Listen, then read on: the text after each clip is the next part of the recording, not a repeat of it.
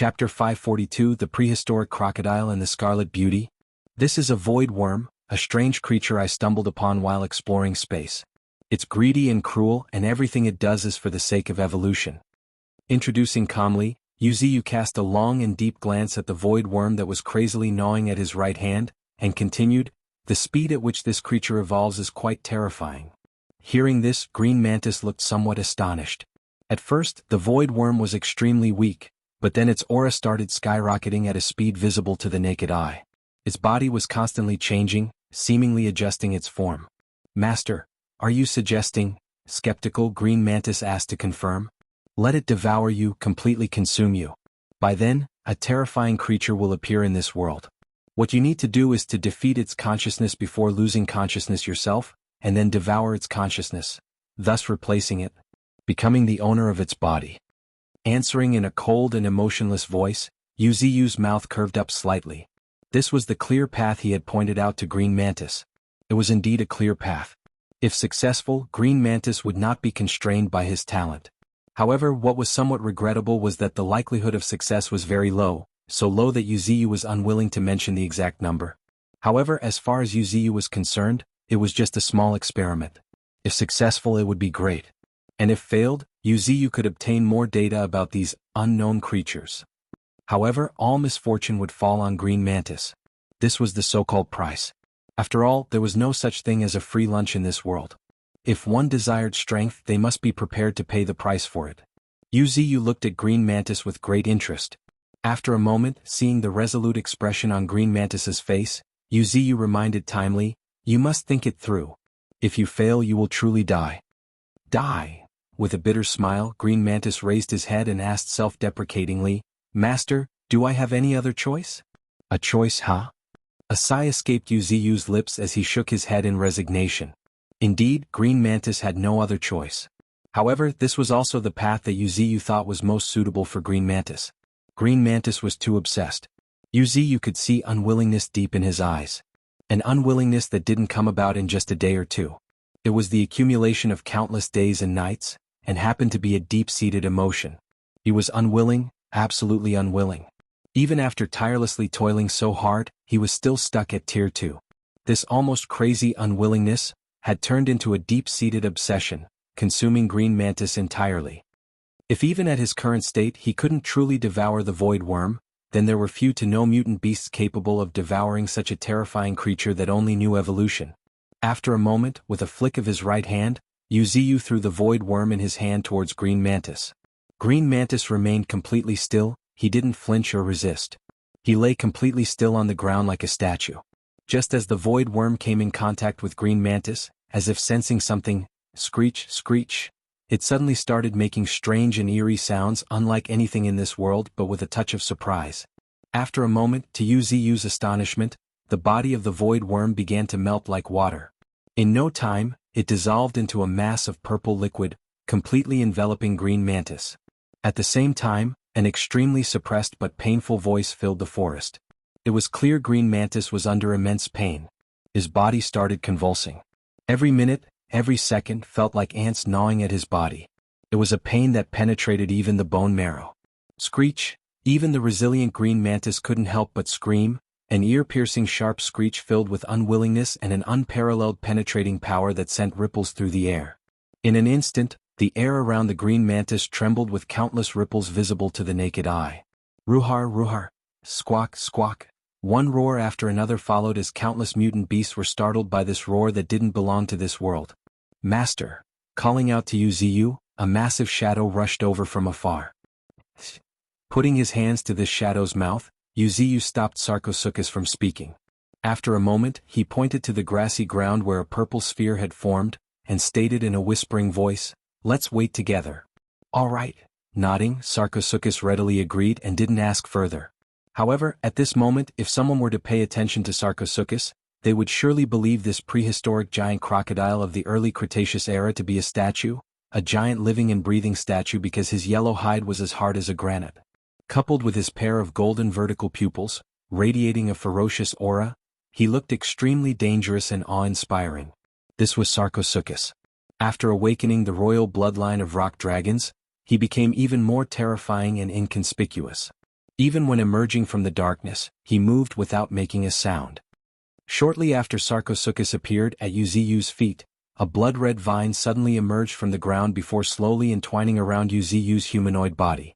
The next moment, a very charming voice sounded in Uzuyu's ears, "Master," as a soft and gentle voice called out. A fragrant breath reminiscent of orchids blew in Uzuyu's ears, accompanied by a pair of arms resembling jade, draping over his shoulders. But right then Uzuyu's figure untwined into countless rootlets.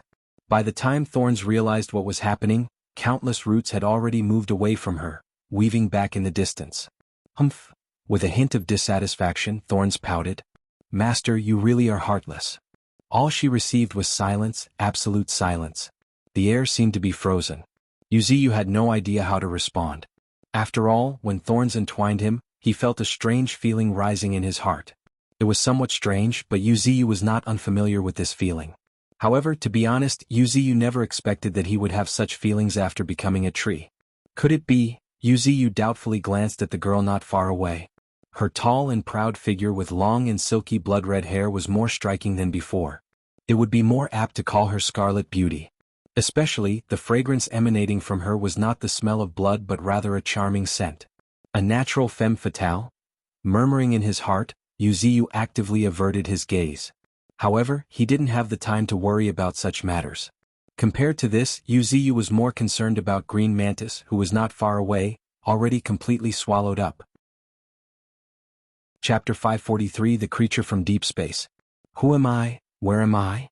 In a daze, a thought made such a voice. At this moment, if one followed this voice, they would certainly see a mysterious space shrouded in gray mist, with Green Mantis curled up in a corner. He seemed afraid and trembling. Slowly lifting his gaze, the little mantis was astonished to find that a hint of purple had inexplicably pervaded this grayish space. That touch of purple was deep and profound, but it seemed like a crack in this grayish space. And this crack was constantly widening. Screech!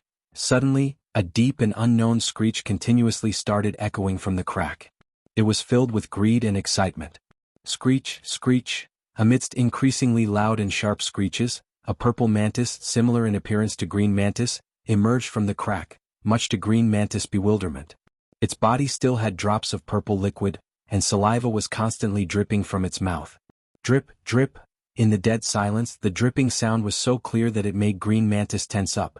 However, at the sight of this figure that seemed to have walked out straight from a mirror, Green Mantis' pupils contracted to the size of a needle in vigilance, because he could see unbridled greed and excitement in the depths of those purple eyes. Evolution, I want to evolve. An extremely hoarse and increasingly anxious voice resounded as the purple mantis approached Green Mantis cowering in the corner, step by step. Right at that very moment, a voice suddenly echoed in this grayish space, "If you don't resist, it will inevitably lead to your doom." This voice was very familiar, so much so that Green Mantis was startled. Who is it? Who exactly is it? However, mere moments later, the voice echoed again, "If you don't resist, it will inevitably lead to your doom." This time, this voice was as deafening as the very thunder, and shook the entire grayish space. It was because of this voice that Green Mantis seemed to be awake and clarity returned to his eyes. "I am a mantis, and this voice belongs to Madame Aurora." Murmuring to himself, everything finally became clear to Green Mantis. However, after a moment, as if realizing something, he suddenly raised his gaze and stared firmly at the purple mantis not far away. "I have to kill it. Once I do, I can truly take its place." Reaffirming to himself in a serious voice, Green Mantis advanced instead of retreating, a cruel and icy arc tugging at the corner of his mouth. He never feared battle. Even in this unknown place he wouldn't show the slightest fear. He was a creature born for battle, and had truly emerged from a mountain of corpses and sea of blood. "I will devour you." Speaking in a deep voice as if stating a fact, Green Mantis, originally huddled in a corner, took a wide stance, and raised his scythe-like limbs high up. Meanwhile in the world outside. "Thank you, Aurora." In a rare expression of gratitude, Uzuyu looked towards a girl not far away. This girl carried a spirit flower, which embodied all the beauty in the world on her shoulders, and had a long flute strapped to her waist. She was the vessel of the five-color spirit flower walking in the mortal world, also the figure in charge of the offerings to Misty Mountains in public. Furthermore, this girl also happened to be proficient in music, and was particularly skilled in the most eerie art of killing by sound. Paired with the terrifying psychic power of Aurora, she could bring everything to life with just a tune, and sink everything into silence with the end of tune. It could be said that this girl, controlled by Aurora, was also a formidable figure hidden in Misty Mountains. At least, when it came to large-scale attacks, few in the entire Misty Mountains could compare to her. And at this moment, upon hearing Yuziu's words of gratitude, Aurora, on the girl's shoulder, trembled slightly, as a smile bloomed on the girl's lips, saying, "It's nothing, awakening the spirit of Green Mantis from its slump isn't a very difficult task for me." With that, Aurora changed the subject, with a hint of doubt in her voice. "But can this guy really devour the void worm and take its place?" "Maybe yes, maybe no." Without giving a specific answer, Yuziu chose to quietly observe. At this moment, the purple liquid enveloping Green Mantis had gradually started to solidify, forming a strange cocoon-like object. Faintly, Yuziu could feel an increasingly vigorous vitality emanating from the cocoon, as if it were nurturing something. "It's parasiticing, thus beginning a new life." Muttering to himself, Yuziu looked at the nearby purple cocoon, lost in thought. In that case, the void creatures would truly pose a huge threat to all beings. They have no fixed form but are eager to evolve. If they truly appeared in this world, then the first thing they would do is devour all existing life forms of this world. This was enough for one to imagine the cruelty and horror of this race. Their existence, and even their continuation, were built upon the cold corpses of other races. Time slowly passed, and in the blink of an eye, half an hour had elapsed. Within this half hour, more and more powerful beings had gathered in a corner of Misty Mountains. Apart from Qing Gang and others who were still in Steel World, most of the powerful transcendents had arrived here. All of this was because many mutant beasts in Misty Mountains had heard a vague voice. Bang bang bang, it was the sound of a heartbeat, and each beat made many mutant beasts tense up. Especially for the weaker mutant beasts, this heartbeat was like a nightmare. It was an inherent pressure. An indescribable aura. In a trance, many mutant beasts returned to the moment when Little Tenth was born. However, compared to the dominance of Little Tenth's birth, the current aura was extremely ominous and oppressive. Just at this moment, crack. Suddenly, a sound attracted the attention of the mutant beasts and even Yuziu. Looking towards the sound, everyone saw the purple cocoon that had long been motionless cracking up. With another crisp sound, a long and slender blade-like claw emerged from the crack in the curious gazes of the countless mutant beasts, slowly slicing downwards. However, what left everyone surprised was the color of this scythe. Rather than green, it happened to be purple in color. The closer to the tip, the deeper the purple hue was. The crowd even saw a gloomy purple glow flickering at the end of the tip. That wasn't pure spiritual energy, but a mysterious force. However, what left everyone surprised was the fact that the purple cocoon was as fragile as paper in the face of this force. Chapter 544: The Terrifying Talent. Evolution. Another extremely grating cutting sound echoed through the forest, causing the eyes of each mutant beast to widen in astonishment. At this moment, the entire purple cocoon had completely cracked apart, revealing a purple mantis the size of a palm. Surprisingly, instead of green, it had adopted a deep purple hue. The purple hue was restrained yet quite mysterious. Faintly, one could even spot mysterious and intricate patterns covering the entire body of this palm-sized mantis. Whether these patterns were natural or artificially created was unclear. At a glance, this palm-sized mantis seemed to exude an indescribable charm. At this moment, the mantis bent its knees slightly, and the thin, transparent wings on its back, resembling cicada wings, rose slightly upward. It had adopted an offensive stance, as if it was ready to hunt. Screech! Suddenly, a sharp screech reverberated through the night sky. The next moment, amidst the shocked expressions of many mutant beasts, the purple mantis transformed into a streak of purple light, disappearing into darkness in the blink of an eye. However, just the next moment, boom. Accompanied by an extremely terrifying roar, shockwaves visible to the naked eye spread through the air. At the same time, a tiny figure suddenly came to a halt in the air, stopped by a green vine that had unexpectedly appeared in front of it out of nowhere.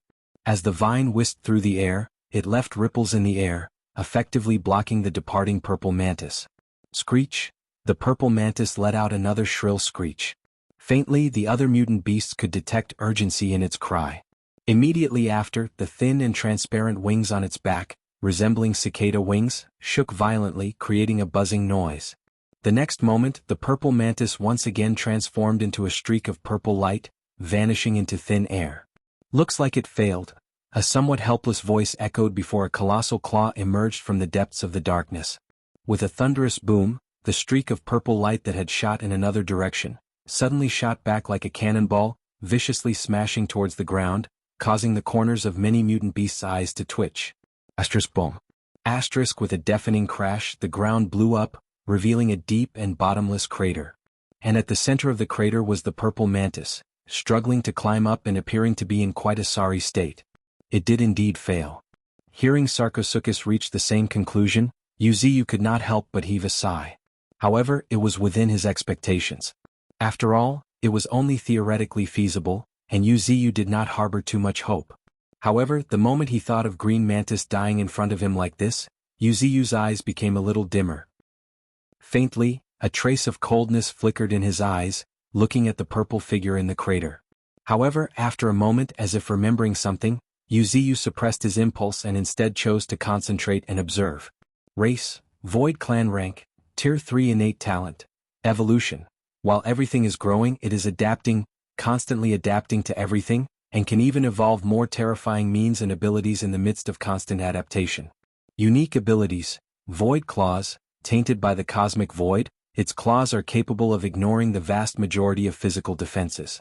Hunting Instinct, a terrifying ability nurtured in pursuit of prey, capable of easily detecting the unique scent of prey and even the surrounding life force. Void Jumps, it is able to continuously jump across space, achieving a teleportation-like effect. Calmly reading its status screen, even Wuxia fell silent for a moment. There was no denying that it was truly a terrifying creature. In a certain sense, it could even be considered a predator, positioned at the top of the food chain from the start. Given enough time to grow, it would undoubtedly become an extremely terrifying existence, possibly even standing at the top of the entire world. This was not an exaggeration. It was simply because this creature had magnified its innate talent, evolution infinitely, until it became an inborn talent. As a matter of fact, self-evolution was something every living being could achieve. Just like many mutant beasts in Misty Mountains had developed the ability to discern life forms within the dense fog slowly over time. However, this kind of self-evolution required a long time, and even had a certain degree of chance. However, this thing was different. Its evolution was brief yet rapid and also perfect. Just like now, it chose to evolve in the crater for the first time after sensing the numerous terrifying auras around it. A surge of purple energy broke out from it, enveloping the entire body of the purple mantis in a purple glow. At the same time, on its status screen that Wuxia was observing, a new line of text suddenly appeared. Unique abilities, camouflage, hiding is a kind of instinct. It can easily and perfectly blend into the environment, not revealing the slightest trace of its presence. Camouflage, how? Muttering to himself, Wuxia looked at the purple mantis not far away in astonishment. Knowing that it couldn't escape, it chose to hide voluntarily. Moreover, it had evolved a terrifying ability in a short amount of time. A myriad of thoughts raced in Wuxia's mind, leaving him dumbfounded. And in that very moment, in the bewildered gazes of the mutant beasts, the purple mantis figure in the crater gradually dimmed. By the time everyone reacted, it had completely disappeared. How is this possible? Voicing her disbelief, Thorns promptly waved her right hand. The next moment, rumble, rumble, rumble, accompanied by the violent trembling of the earth, countless blood vines filled the deep pit. However, what left Thorns surprised was that she failed to find the purple mantis. It had truly vanished. Master! The massive Sarcosuchus lurking in the dense mist also called out in astonishment. He is still there. Responding, Wuxia playfully glanced at the empty space not far away. In a world invisible to others, Wuxia could clearly see a faint silhouette quietly curled up. It seemed to be somewhat vigilant. Its entire body was taut. However, it was not surprising either. In here, not to mention an existence like Wuxia, even mutant beasts like Sarcosuchus and Thorns were not opponents it could provoke at present. How could it not be cautious and even eager to flee the moment it woke up? Seeking benefits and avoiding harm was instinctual.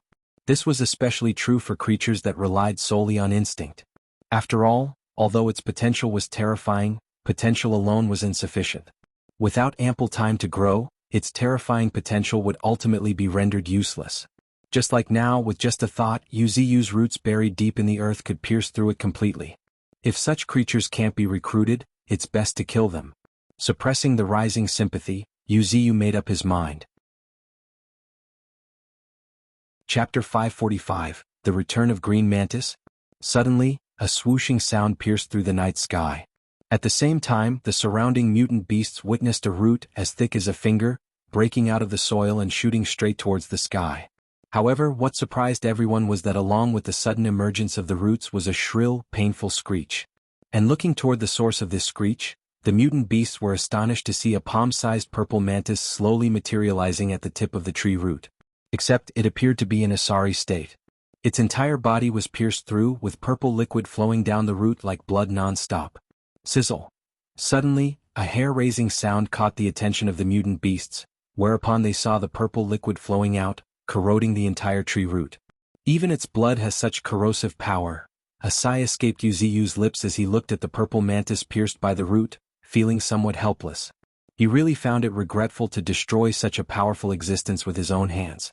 However, the more terrifying its potential, the more necessary its destruction. After all, it relied more on instinct rather than intelligence. Such a creature posed a huge threat to not only Misty Mountains but also to the entire world. This was especially when Uziyu couldn't be certain that its kind would not be able to sense its aura and locate this planet. After all, Uziyu had only accidentally discovered this creature while exploring deep space. He couldn't be certain if there was a terrifying clan behind this creature or not. He hoped that there wasn't, but if there was and they discovered Earth, then this world would be in real danger. It was a threat that even someone like Uziyu couldn't take lightly. The most intolerable thing for Uziyu was that if such creatures appeared in large numbers, he would lose control over the entire world. After all, given the fact that these creatures could evolve so wildly, who could say what they would evolve into in the next second? If by any chance they evolved the ability to threaten Uziyu, he would have no choice but to curse his own damn luck. The reason he could be so patient now, upgrade his own body, and even develop Misty Mountains, was primarily because he was confident that there was no existence in this world that could threaten him. This was the source of Uziyu's huge confidence. However, if such creatures appeared in large numbers, Uziyu couldn't guarantee anything. It was precisely sensing this potential threat that Uziyu's killing intent surged like a tide. Farewell. Sighing, Uziyu's spiritual energy surged. Moments later, in Uziyu's calm gaze, a dark red and extremely hot spiritual energy rose from beneath the root, spreading continuously towards the tip. If this formidable spiritual energy were to surge into the purple mantis, its entire body would be incinerated to smoke in an instant, and disappear without a trace.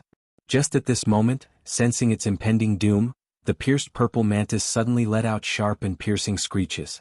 Screech, screech, its screeches were filled with horror. That was the instinctive fear of death by any living creature. The more creatures relied on instinct, the more they feared death. Hearing the shrill screeches of the purple mantis, the nearby Aurora could not help but sigh. It's not surprising that Green Mantis failed to counterattack this void creature. If it was so easy to counter, Master would not have labeled this void creature as terrifying. It's really a pity. Green Mantis has been training so hard. He was so diligent, so diligent. Thinking of this, Aurora shook her head and slowly turned around, choosing to leave. However, just as Aurora was controlling the girl to turn around, her body suddenly trembled. Master, wait. A sudden cry broke the dead silence. Stopping subconsciously, Uziyu looked at Aurora, who was about to leave, with suspicion. What is it? I heard. Struggling to maintain her calmness, Aurora looked at the purple mantis not far away with a pleasantly surprised expression. She heard it, really heard it. Green Mantis was calling out, hoping. Master, wait a moment, please give him some more time. Providing not much explanation, Aurora fixed her gaze firmly on the nearby purple mantis. Give him some more time? Uziyu raised his eyebrow, muttering to himself. Mere moments later, as if realizing something, his lips curled up. So that's how it is. With a chuckle, Uziyu voluntarily dissipated the scorching spiritual energy surging in his root. The purple mantis was almost burned to ashes by him. If Aurora had been half a second late, she would have only seen a wisp of smoke in its place. More importantly, Uziyu's control over his own spiritual energy happened to be also good, which allowed him to instantly cut off his spiritual energy the moment he heard Aurora's voice. Otherwise, things would have ended in a regretful manner. Not long after, peace had once again returned to a certain corner in the depths of Misty Mountains. The purple mantis, which had been pierced by Uziyu's root, was now placed in the spirit pond in North Canyon. As for the other mutant beasts, most of them had returned to their positions, leaving only Aurora and Thorns by Uziyu's side. Just at this moment, a faint groan suddenly echoed in the air. Looking towards the sound, Yuziu and Aurora saw the purple mantis, which had long been unconscious, slowly waking up. However, this time, there was a clarity in the depths of its eyes. What surprised Yuziu even more was that its previous ferocity and coldness was nowhere to be found. Just by looking at its temperament, it seemed like a completely different person. Calling in a breaking voice, the purple mantis struggled to get up and look towards the towering tree not far away. However, just as it moved, it seemed to have opened its wound, which made it grimace in pain, a touch of human-like agony appearing on its face. "Who are you?" With some uncertainty in her voice, the nearby thorns furrowed her brows slightly. "I am not it." After a simple explanation, the purple mantis couldn't help but complain about its wound. It was really close. With lingering fear, the purple mantis glanced at the wound on his chest, half of which had already healed, and couldn't help but gasp a breath of cold air. If Yuziu was just half a step late, he would have died in the hands of his master. But he was really lucky. Moreover, the current green mantis was very grateful to his master, extremely so. If it weren't for Yuziu forcing that monster to evolve, which forced it to consume a large amount of its quintessence, he wouldn't have been able to find a chance. Of course, it was worth mentioning that the prime reason he was able to make a comeback was that in the moment of its death, the monster had retreated. Out of fear of death, the instinctive creature subconsciously retreated, causing its strength to greatly decrease. And grabbing this opportunity, Green Mantis found the chance to truly devour it and replace it.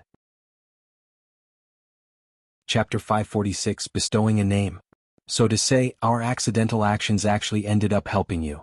Yuziu chuckled, a bit confused about how everything transpired.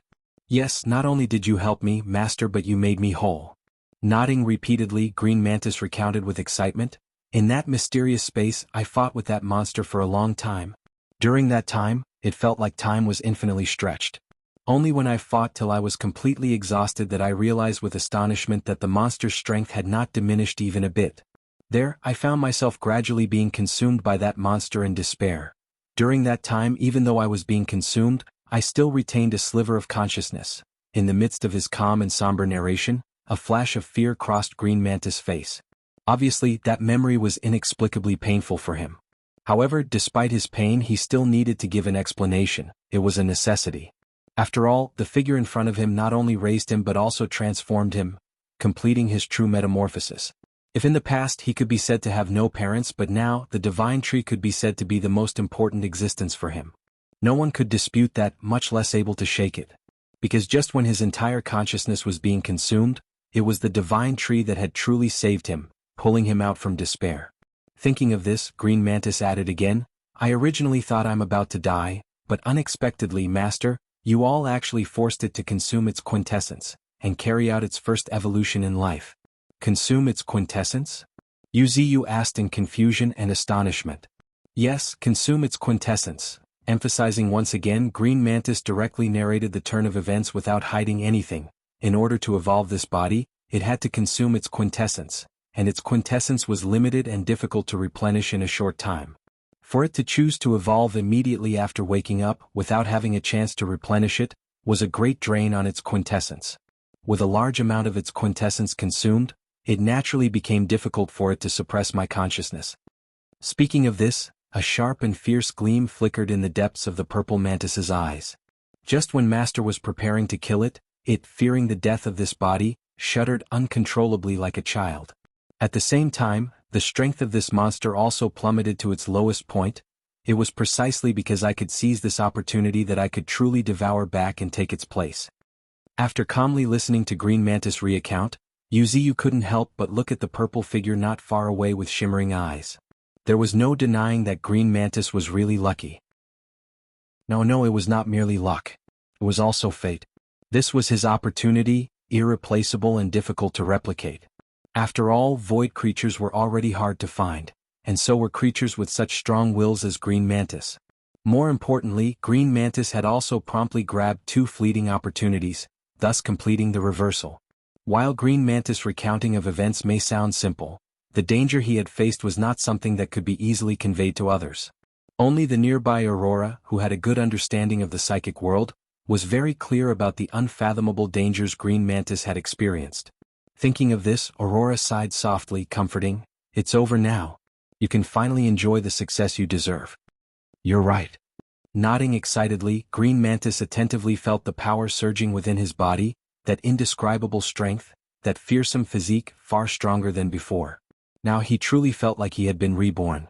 It was not just change in his appearances, there was a qualitative change as well. Taking a deep breath, Green Mantis flexed his sickle, cutting through the air. The next moment, with a crisp tearing sound, a long rift appeared in the air, surprising Green Mantis. What was even more frightening was the hint of purple faintly visible at the edge of the rift. Cosmic energy. Green Mantis muttered to himself, horrified. It was truly a terrifying power that could ignore physical defenses and strike at the essence.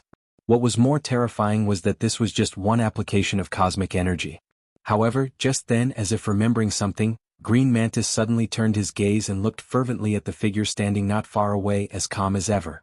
At this moment, the figure's eyes contained a hint of a smile, silently watching it, seemingly blessing him, yet also waiting. Master, calling out, Green Mantis expressed his gratitude. You've shown me great kindness, but I, Green Mantis, have no way to repay you. I wish to accompany you for the rest of my life. Wherever your sword points, my blade will surely follow. Green Mantis didn't know much about the intricacies of human interactions, but he still diligently arranged various words of gratitude from humans, and expressed his gratitude. Nodding slightly, Wuxia looked at the purple mantis in front of him with some surprise. He really hadn't expected Green Mantis to turn the tables in such a desperate situation. It really came as a big surprise to him. Even now he was still digesting it. However, looking at the fervor in the eyes of the purple mantis before him, Wuxia was also pleased. Fantastic. Actually, the current purple mantis was exactly what he wanted to see. He not only desired it to possess terrifying potential but also wanted it to be extremely loyal to him. Wuxia, who was familiar with various mutant beasts, naturally recognized this kind of gaze. This gaze resembled that of a pilgrim, yet also reminiscent of a fanatic believer from legends. It could even be said that mutant beasts with such gazes in Misty Mountains were extremely rare. After all, loyalty was easy to obtain, but this kind of belief that transcended one's everything was hard to come by. Just at this moment, the Green Mantis took a long deep breath, appearing a bit nervous. After hesitating for a moment, Green Mantis took the initiative to speak. Master, now I am qualified to stand by your side. I ask you to bestow me a true name. Bestowing a name was a very simple tradition in Misty Mountains. It was just Wuxia giving individual mutant beasts a name. However, judging by the nervousness of Green Mantis, which was an extremely rare sight, it was quite apparent how big of a deal this simple tradition was to him. All of this was because he was the first one to request a name from Wuxia. What did Wuxia's bestowal of a name mean? Perhaps for other mutant beasts, it was just a simple name, but for him, it was a form of recognition. An absolute form of recognition. As a matter of fact, only Nine Tails, Bull Demon, Sarcosuchus, and a few others had been directly given names by Wuxia, who now happened to be Wuxia's absolute confidants. The others had merely taken on their own species as their name. Chapter 547, Zillian and Absolute Evolution. Bestow you a name? Gazing at this purple exquisite mantis, Wuxia's eyes flashed with contemplation. There was no denying that Green Mantis' sudden request had left Wuxia momentarily puzzled. It wasn't that he couldn't think of one, but for a moment he didn't know what would be an appropriate name for him. However, after a moment, looking at the exquisite purple patterns on the mantis and its slender yet sharp sickles, a name flashed in Wuxia's mind. From now on you shall be called Zillian. Ashish, Zillian aka Purple Sickle. Zillian. Murmuring to himself, Green Mantis looked at his front legs, which were gleaming with a cold and sharp aura, and grinned excitedly. Great, from now on I shall be called Zillian. Shouting this, Green Mantis expressed gratitude again. Thank you, Master, for bestowing me a name. Zillian will definitely not disappoint you. Aha.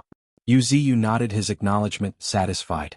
The little mantis definitely met up to Wuxia's expectations. Not to mention his terrifying potential now, just his devout loyalty to Wuxia was enough to earn his full trust. Seemingly having thought of something, Wuxia dismissed Aurora and Thorns, before asking Zillian a few simple questions. For example, whether Zillian had acquired any memories related to void creatures or whether void creatures had formed a clan. Through these series of questions, Wuxia received the answers he wanted. According to Zillian, all void creatures fought independently. In fact, it was their instincts that destined them into a solitary life. After all, if they met one another, it would inevitably lead to a confrontation, with the loser becoming the nourishment for the stronger ones. In addition, the innate talent of each void creature varied. Just as humans had diverse innate talents, it was true for void creatures as well. However, most of the innate talents of Void Clan leaned towards darkness and consumption. As far as they were concerned, slaughtering, plundering, and evolving were their everything. Everything else was of no concern to them. Guided by this almost instinctual drive, their innate talents also tended to lean in certain directions. It was extreme and scary at the same time. However, the most terrifying aspect of the void creatures was their constant need to feed. Take Zillian for instance. If satiated, his evolution wouldn't consume too much of his quintessence. However, if he was forced to evolve in a state of starvation, a horrible aftermath would await him. In fact, Zillian would even stop evolving for a period of time. Time slowly passed by, and gradually over the questioning, Yuziu gained a comprehensive understanding of void creatures. He couldn't help but admit, they were an extremely formidable race. Whether it was their strength or potential, they were terrifying. Fortunately, these creatures didn't band together. In other words, the likelihood of such terrifying creatures appearing en masse in the world was very low, very low. Thus Yuziu felt somewhat relieved. At this point, Yuziu noticed a trace of fatigue on Zillian's face and relieved him, "Go and rest." At this point, Yuziu glanced at Misty Mountains and added, "You can freely choose a corner in Misty Mountains as your nest." "Yes, master." Zillian's voice was tinged with excitement. Even his body was trembling slightly, because this simple sentence was a testament of Yuziu's approval of him. This was exactly what he deeply desired. Without hesitation, the thin, transparent wings on Zillian's back suddenly fluttered. Swoosh! Instantly, a streak of purple tore through the air before Zillian descended on a mountain not far from Yuziu. "Master, I will stay here from now on." "Very well." Yuziu promptly gave his permission, not bothering himself with these minute details. Compared to these, what Yuziu was more concerned about was Zillian's future growth. If everything goes as expected, the most terrifying presence in the shadows should be born. Smiling, Yuziu actively immersed his consciousness into his body, choosing to cultivate. Whether it was Nine Tails, Bull Demon, or even the current Zillian, they were all just assistants helping him ascend to the throne of supremacy. At the end of the day, the only one he could truly rely on was himself. As a matter of fact, Zillian's innate talent had become a great reference for Yuziu. After all, he also possessed the excellent innate talent which he had obtained from one of the 7 kings of Deep Sea, the Sea Beast King's innate talent, Absolute Evolution, which allowed him to absorb and copy any kind of external attacks, and convert them into his own abilities. He could also regenerate and evolve even after being completely blown into pieces. Additionally, through prolonged observation he could directly learn the abilities of others. The Absolute Evolution was an extremely terrifying innate talent.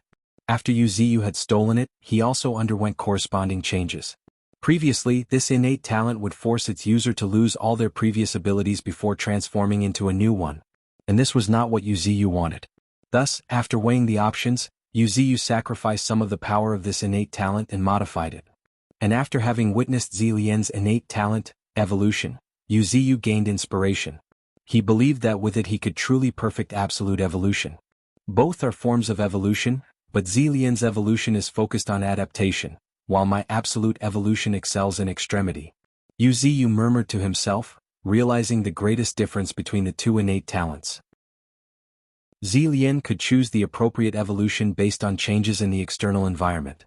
While Yuziu's Absolute Evolution was about replication, or even complete reproduction, of the powers influencing him. Compared to Zillian's, Yuziu's innate talent was indeed extreme. However, being too extreme would mean being prone to breaking. Just like the dark willow tree, whose carcass still lay quietly in some corner of Yuziu's body even after its death. Being too extreme makes it prone to breaking. Absolute Evolution must approach Zillian's innate talent to truly suit me. With a clear target, Yuziu's evolution points flowed like water, continuously being consumed.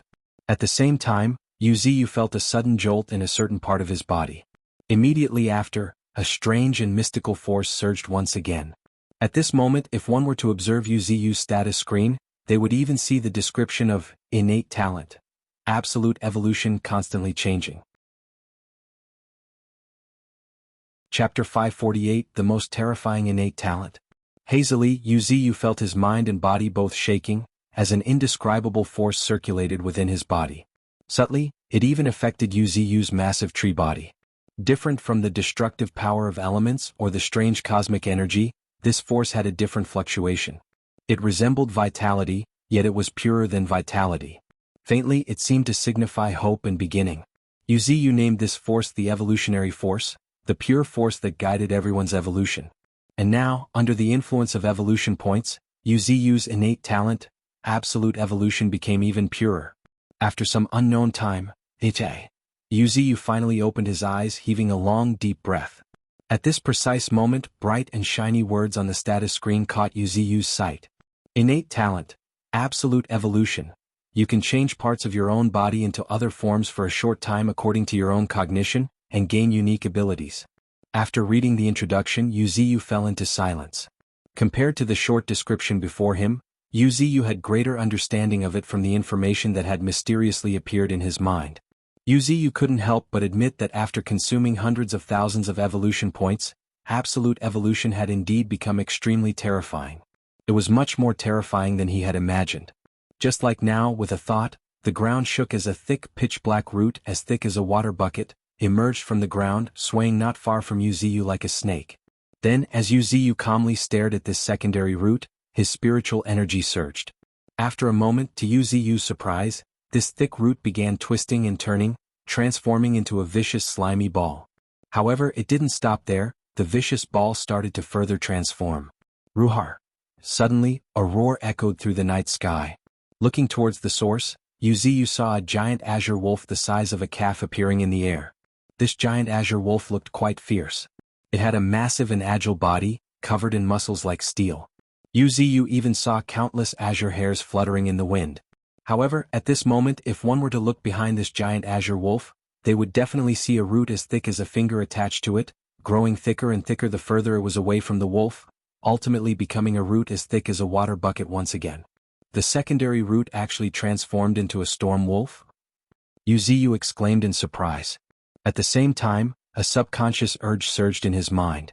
After a moment, as if responding to Yu's urge, the giant azure wolf not far away suddenly howled towards the sky.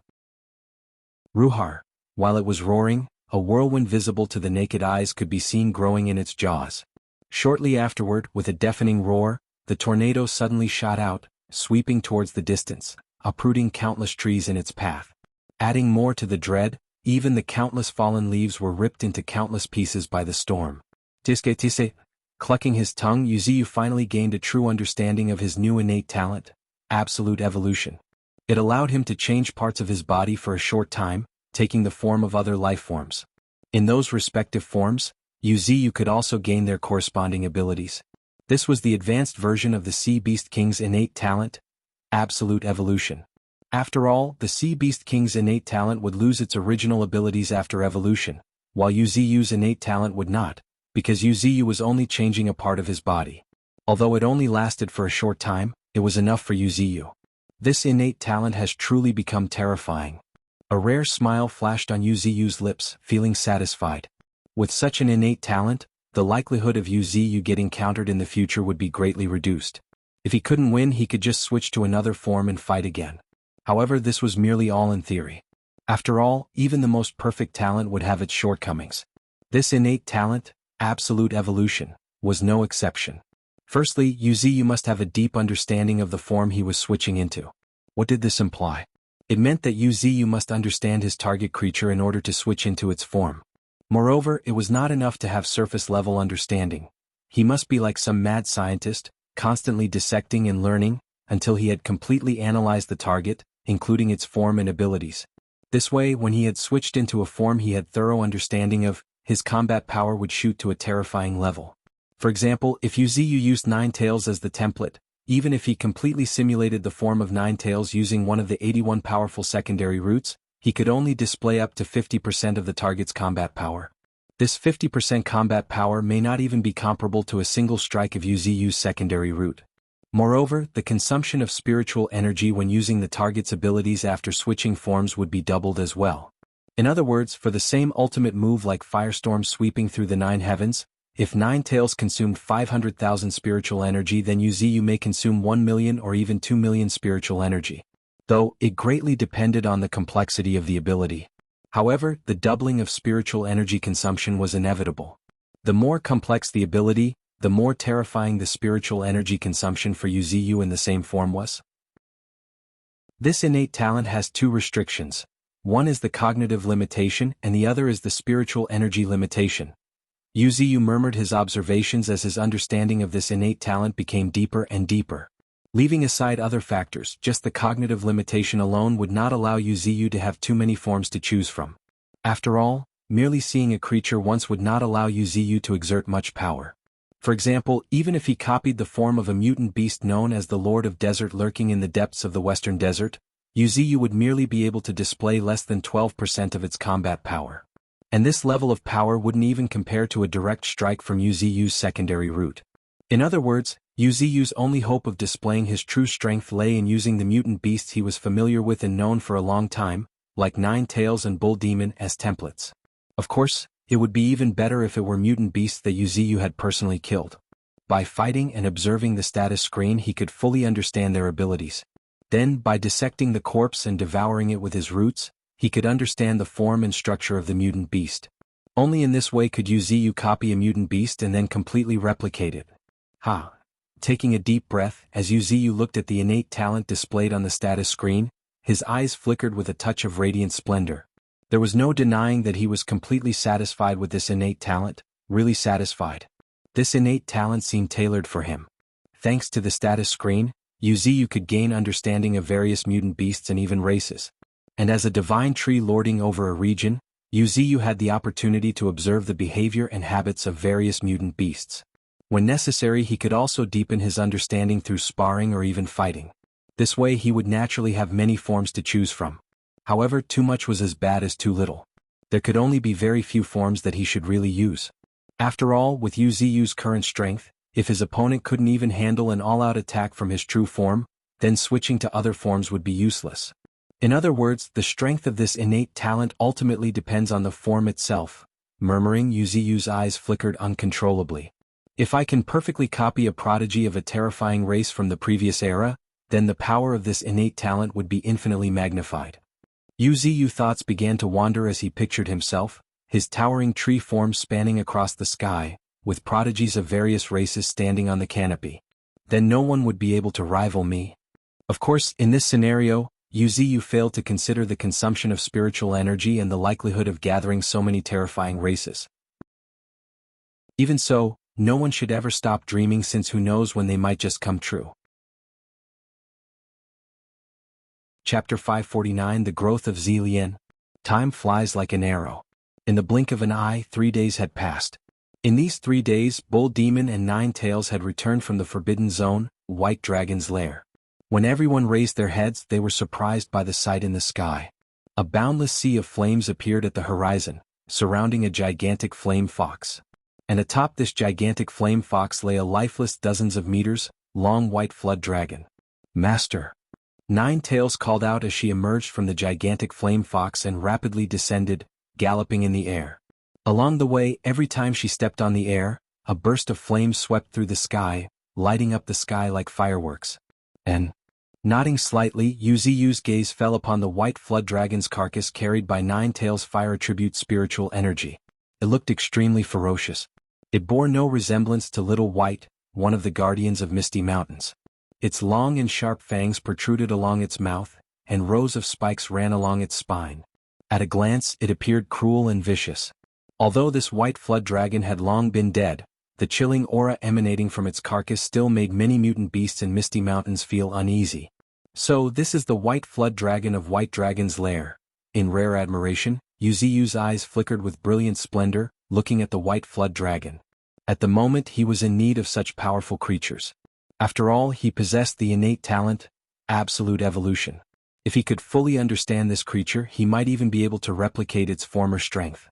Yes, master. Replying in a deep and resonant voice, Bull Demon, who had also arrived beside Wuxia, set down his giant axe and added with laughter, Master, it took quite a lot of effort to deal with this evil flood dragon. Even eldest sister and elder sister had to intervene at the last minute, otherwise, we wouldn't have been able to kill it. At this point, Bull Demon reached behind and grabbed the white flood dragon with one hand. Boom! Suddenly, A purple vortex materialized beneath the carcass of the 100 meters long ferocious flood dragon's carcass, before it flew towards Yu Ziyu. Master, this is a gift eldest sister has prepared for you. A gift? Murmuring, a wry smile appeared on Yu Ziyu's lips. Qing'er, this girl really? She hadn't even returned yet, but she has already prepared a gift. If my guess is right, she is probably preparing an even bigger surprise for me. Of course, Yu Ziyu was also quite satisfied with the carcass of the white flood dragon. As a matter of fact, every Tier 3 mutant beast had its own unique qualities. Moreover, this particular mutant beast belonged to the dragon clan. Defeating it alone would be a formidable challenge, let alone slaying it. Such a powerful creature was now coldly lying in front of Yu Ziyu. One could imagine how precious this gift was. Even the entire human race would be unable to produce such a generous gift. Even Yu Ziyu doubted whether China, without the intervention of Nine Tails and Bull Demon, could slay this flood dragon. However, just then, as if noticing something surprising, Yu Ziyu's eyes narrowed, staring at a bucket-sized hole in the chest of the flood dragon. This hole was right where the dragon's heart should have been. In other words, the white flood dragon's carcass was missing its heart. Master. As if sensing Yu Ziyu's doubts, Nine Tails beside him took the initiative to explain. Sister Qing'er took the flood dragon's heart. According to her, while the dragon's heart is valuable, it wouldn't be of much use to you. It's better to take that dragon's heart and exchange it with China for something bigger. At this point, a smile tugged the corner of Nine Tails' mouth. Apparently, China is in a great need for the dragon's heart, to the point that they are willing to pay any price. I see, murmuring. Yu Ziyu's eyes couldn't help but flicker. He didn't really care about its heart. After all, such things were truly unnecessary for him. However, Yu Ziyu was somewhat concerned about China's determination to pay any price. If I've to guess, the dragon's heart must be very valuable to some big shot in China. Thinking of this, a playful expression appeared on Yu Ziyu's face. After all, he knew that Qing'er was not one to suffer losses. If China truly needed the dragon's heart, they would have to pay a hefty price to obtain it. He reckoned that the hefty price China would pay might be the gift Qing'er intended to prepare for him. This is more in line with Qing'er's style. A chuckle escaped Yu Ziyu's lips as he became a bit more certain of his speculation. Although it had been a long time since he had seen Qing'er, as his most trusted confidant, he had an extraordinary understanding of Qing'er. Qing'er truly lives up to the nickname Empress. While Nine Tails and Bull Demon were recounting the events of White Dragon's lair to Yu Ziyu, Nine Tails suddenly narrowed her eyes as if sensing something. In her gaze, a figure slowly emerged from behind Yu Ziyu's enormous body. It was a mantis, but this mantis stood tall as an average human, and its entire body was deep purple in color. Its pair of scythe-like arms shimmered with a menacing purple sheen, sending chills down the onlooker's spine. Who is that? Voicing her suspicion, Nine Tails looked at Yu Ziyu. The fact that it had appeared around Yu Ziyu, Nine Tails knew that it was not an enemy. Moreover, Nine Tails could faintly sense a familiar aura from it. This is Zilien. Yu Ziyu replied with a smile before explaining, not long ago, Green Mantis underwent metamorphosis, turning into the Zilien of today. So that's how it is. Nodding, Nine Tails also greeted Zilien. She didn't know much about Green Mantis, or rather the entire Misty Mountains knew little about this shadow assassin. Only Little Fifth, Golden Ant and Snow Leopard, who were also shadow assassins, were acquainted with Green Mantis. Is this really the same Green Mantis as before? With doubts in their hearts, Nine Tails and Bull Demon exchanged glances. Unlike his insignificant role in the past, they could feel a hint of threat from the current Zilien. His cold and emotionless purple eyes gave off a terrifying pressure. And coupled with his menacing scythe-like arms, that would flex upward every now and then cutting through space, he appeared particularly ferocious. And adding more to his dread, his body seemed to appear and disappear unpredictably, as if he would vanish the next second. And this was the current Zilien. Compared to 3 days ago, not only had he grown from the size of a palm to the height of an average human, but more terrifyingly, he had also adapted to his current body, increasing his combat power by several times over. Even Yu Ziyu couldn't help but be astonished by his terrifying growth.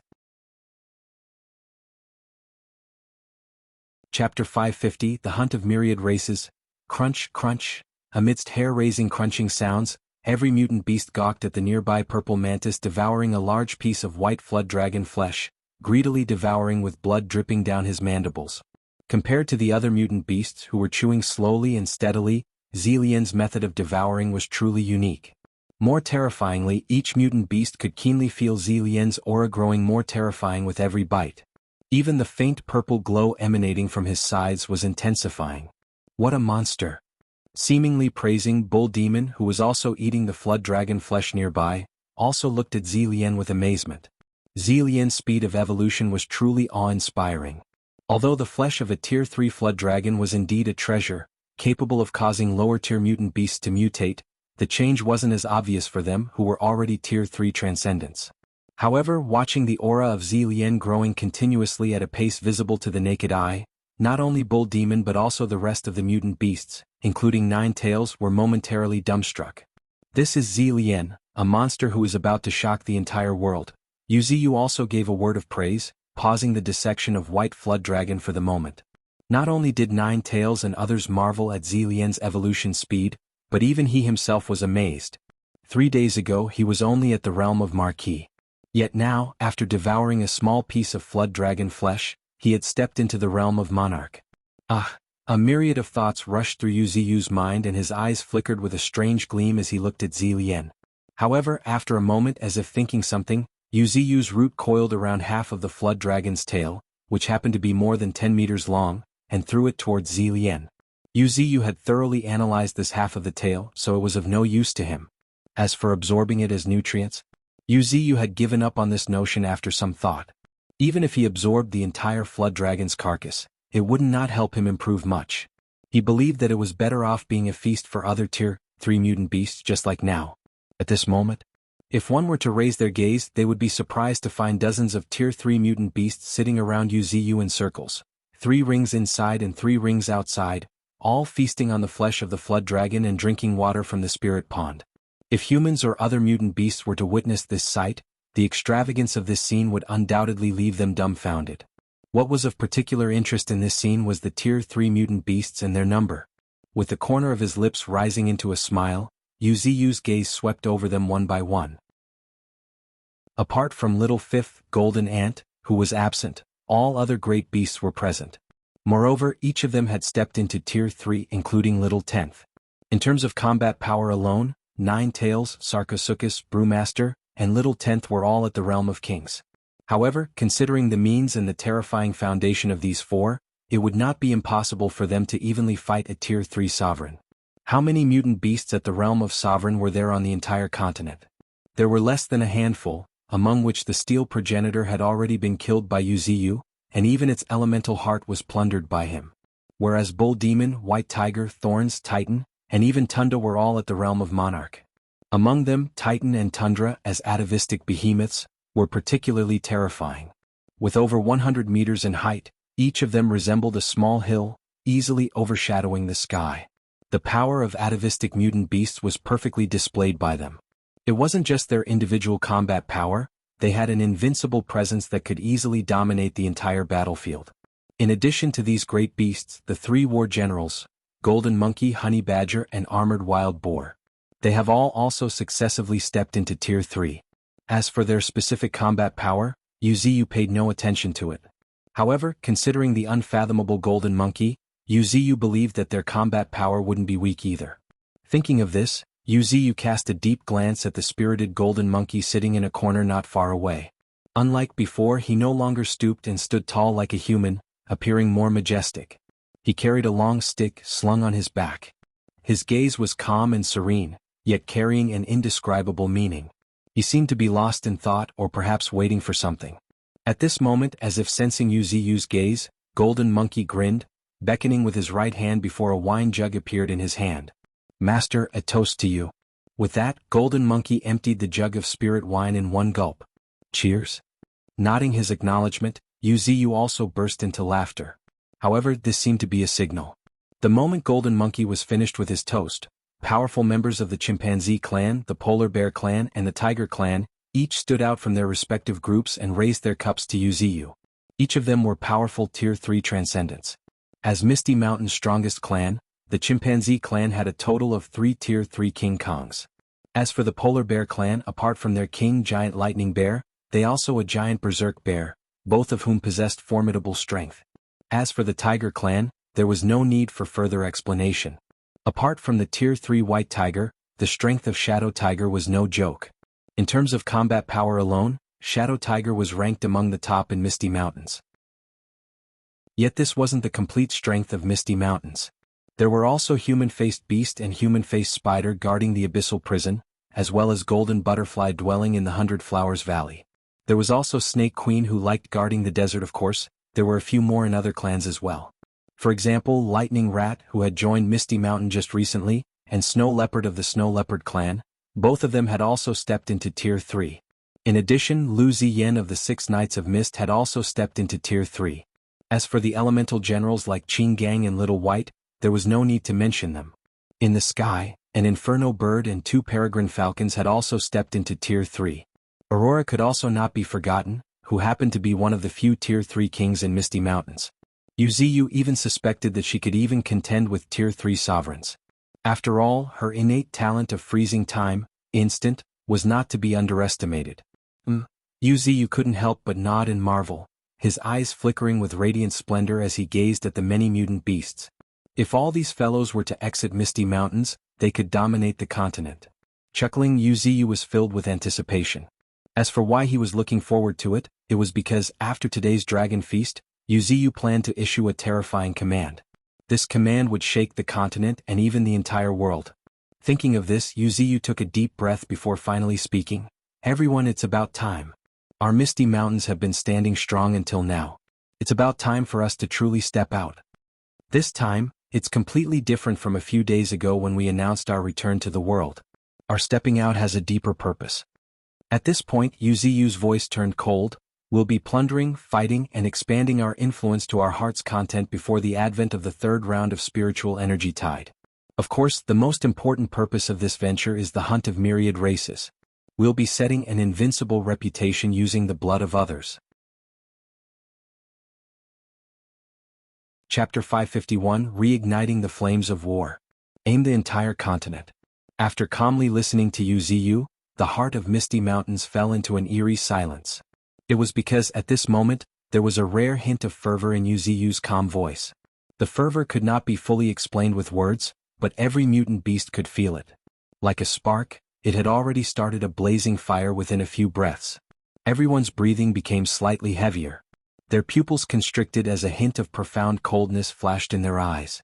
Master, calling out, the usually quiet Ninetails slowly raised her body and took the initiative to ask, "Are you sure?" "Yes." Nodding slightly, Yuziyu affirmed, "The next 2 months will be a carnival for you. During these 2 months you can do whatever you want. You can run freely on the vast stretch of grasslands, venture deep into the most mysterious Arctic region, or fly across the endless expanse of Taklamakan Desert in the west." As he spoke, Yuziyu recalled what had just happened.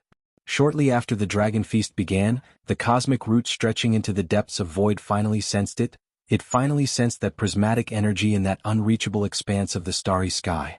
That prismatic energy was like a vast nebula, swirling and expanding over and over. Behind the constant repetition was wantonly flowing spiritual energy, so terrifying that even Yuziyu was startled.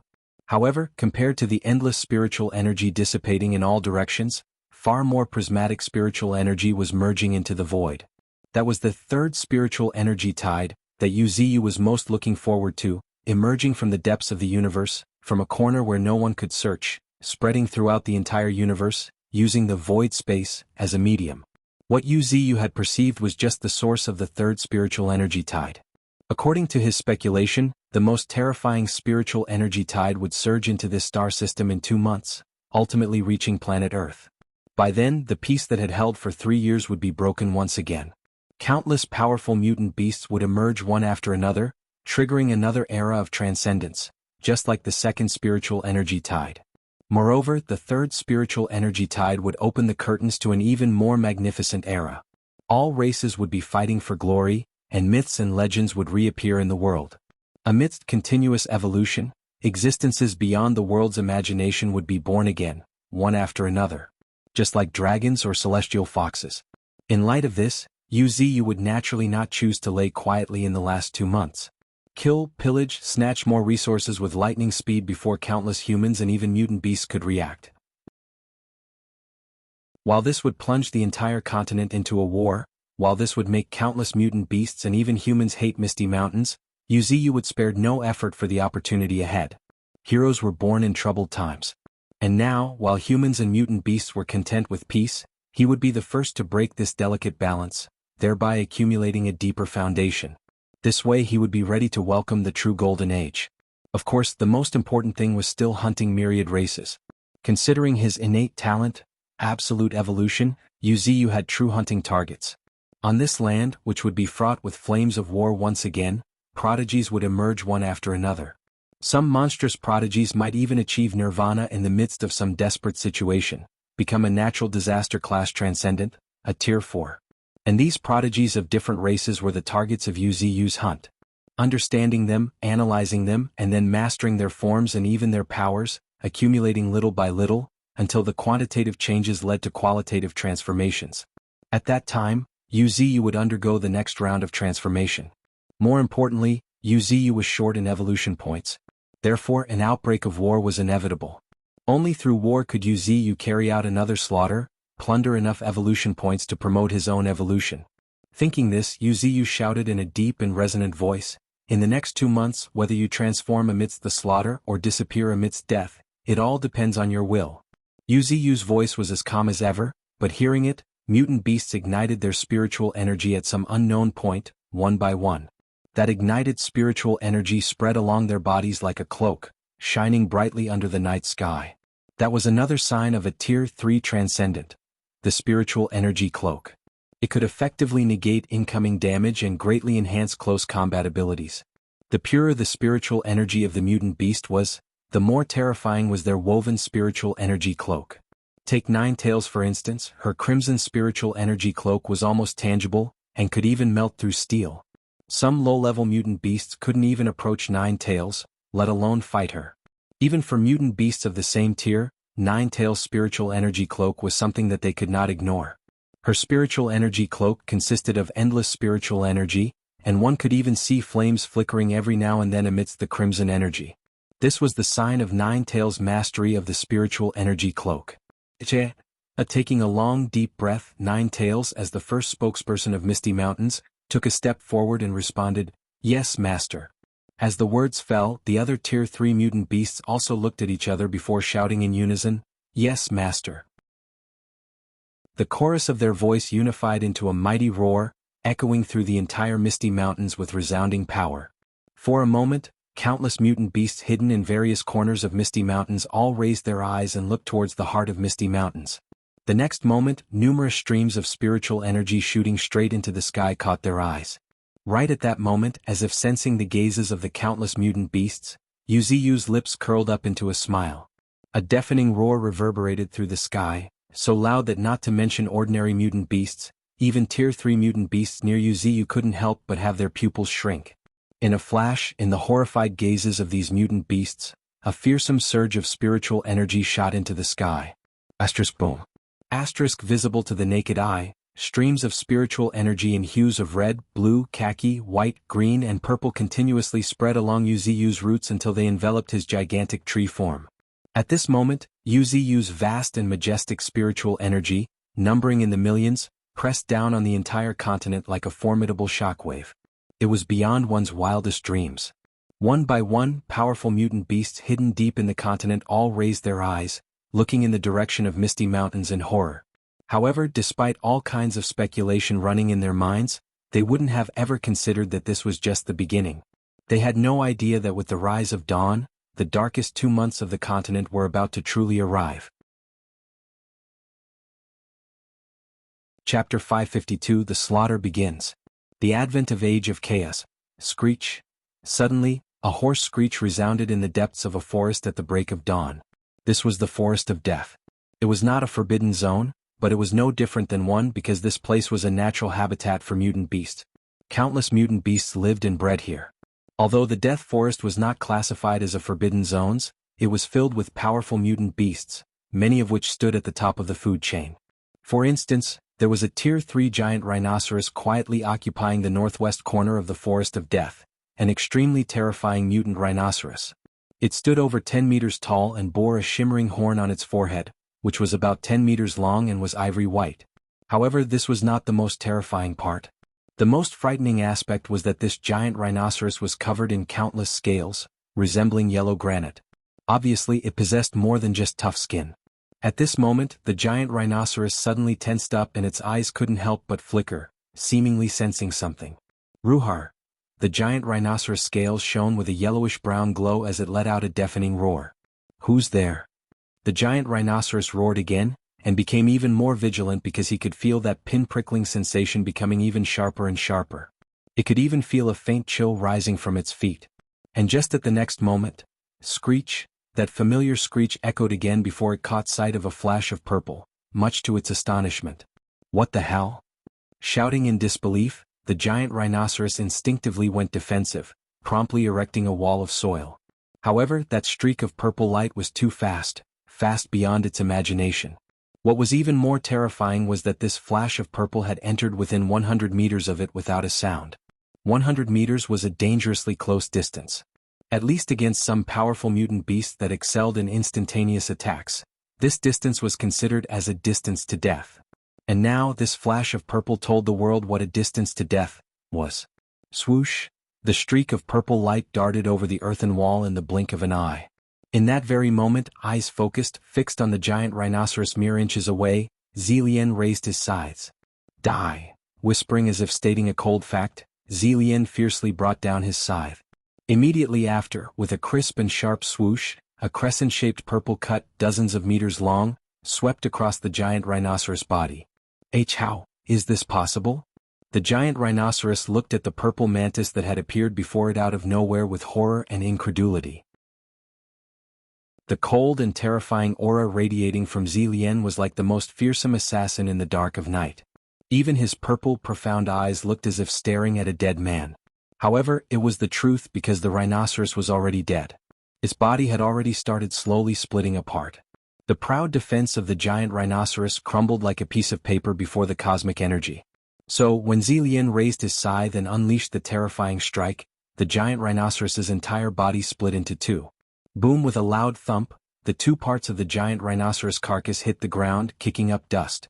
At the same time, the ensuing splatter of blood shooting into the sky descended like a rain of blood, painting a vast stretch of land red, including the purple figure. He had no aversion to blood. In fact, he even licked the corners of his mandibles, sucking in the remaining blood. At this moment, as his eyes fell on the cold carcass, the corners of Zilien's mouth rose, drawing a cruel arc. The first prey has been taken down.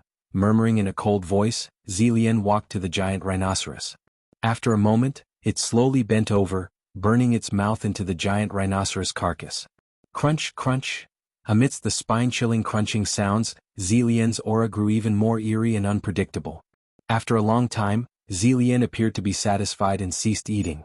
After a brief glance at the mostly intact carcass of the giant rhinoceros, he turned around and left without even looking back. And just as Zilien departed, rumble, rumble, rumble, fearsome tremors shook the ground as countless mutant black rats, shrouded in black mist, emerged from the ground. Lord Zilien is truly terrifying. With lingering fear, a mutant black rat that seemed to be the leader instructed other mutant black rats to begin cleaning up the battlefield. However, cleaning up the battlefield was not the accurate description. Rather, it was more like carrying back the carcass of the giant rhinoceros and looting its lair. After all, every single part of a Tier 3 Transcendent was entirely precious. For example, the horn of this giant rhinoceros alone could be used to forge Tier 3 or Tier 4 artifacts, which spoke volumes of its rarity and preciousness. As for looting the lair, it was even more self-explanatory.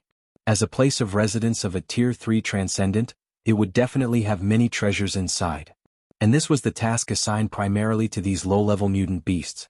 They could not provide any help in combat. All they could do was logistical work. However, such logistical work was the dream of countless mutant beasts. Just the blood of Tier 3 Transcendents spilled on the ground was a great fortune for these mutant rats. At this moment, not to mention Zilien, who had already begun the hunt, terrifying spiritual energy fluctuations erupted all around Misty Mountains. The terrifying roars, the eerie cries, and the gradually permeating scent of blood in the air, everything seemed to be silently narrating something. And just then, in a valley far from the Misty Mountain, roar! Suddenly, a dragon roar echoed from the sky high above the valley. Immediately after, endless dark clouds started rolling in. The dark clouds were so thick and heavy that it seemed as if they would crush the very world. And within these thick and dense dark clouds, streaks of purple lightning flashed continuously. The next moment, roar! Another terrifying dragon roar reverberated through the sky. To the horrified gazes of countless mutant beasts, a pillar of purple lightning descended from the depths of the sky, fiercely smashing towards a certain valley. At this moment, as if noticing the incoming attack, a thunderous roar echoed from the valley, shaking the entire valley. However, before the terrifying presence in the depths of the alley could even take the stage, the purple pillar of lightning had already descended on the valley. Boom! Like a nuclear explosion, the entire valley was engulfed in purple lightning. What's even more frightening was that the entire valley slowly disappeared from the face of the earth, seemingly having evaporated into thin air. Chapter 553 The Continent Trembles. This is just the beginning. Amidst a faint voice, a small dragon head popped out from the depths of the dark clouds. Although young, he lacked none of the majesty and ferocity typical of the giant dragons known by Western literature. After all, his entire body happened to have purple lightning arcs streaking all over at this moment. Each of the purple lightning arcs was strong enough to burn a Tier 2 transcendent into a pile of bones. With such power, one could easily imagine how terrifying this figure was. Meanwhile, after melting the valley below, Little Tenth didn't linger and left. Compared to an ordinary Tier 3 transcendent like the one in the valley, he was more interested in the descendants of the so-called superior clans. After all, while it may look as if Misty Mountains were attacking the entire continent in secret, they were hunting the myriad clans. All races that should not exist in this world were on their list of targets, like the Three Eyes clan, the Titan clan, and the strange and unusual Ghost clan.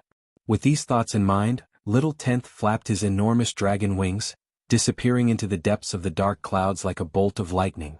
Only the faintly flickering, gradually disappearing purple lightning arcs seemed to be silently conveying something. Meanwhile, not only China, but even the alliance of Southeast Asian nations and distant Russia were in a complete pandemonium. What's going on? Have Misty Mountains gone mad? My God, this is a disaster. One after another, alarmed cries filled the highest offices of various nations. And all this was because, just a while ago, they discovered countless powerful mutant beasts emerging from Misty Mountains, the most elusive and the most terrifying area on the continent, designated as the First Forbidden Zone. Not one, not two, but countless. Even the Catastrophe class, Tier 3 mutant beasts were in huge numbers. And now, these terrifying creatures happened to be spreading out in all directions at a terrifying speed towards the North Pole, the Taklamakan Desert, the Great Prairie, and even their own countries. Gulp. A powerful Russian superhuman couldn't help but gulp nervously, turning pale. After a moment, as if thinking something, he immediately shouted, "Send someone to the Iron Fist Tyrant and inquire about what's going on with Misty Mountains." "Yes, sir." Responding promptly, several figures hurried towards the city where the Iron Fist Tyrant resided. The Iron Fist Tyrant, Benson, was a Russian who was very close to Misty Mountains. There were rumors that he had signed some kind of contract with Misty Mountains. It was because of his leadership that countless superhumans close to Misty Mountains secretly formed an alliance. Originally, this alliance had no name. However, at the suggestion of some high-level superhumans, it was called Root. Root, a shadow organization formed by the pieces buried among humans by Misty Mountains, constantly providing resources for Misty Mountains. Iron Fist Tyrant never denied his connection with Root. After all, being able to exchange a large amount of resources for cultivation resources and various spirit herbs and flowers was something ordinary people could only dream of. More importantly, the members with top contribution could undergo baptism in Misty Mountains and even bring back a powerful mutant beast as a mount.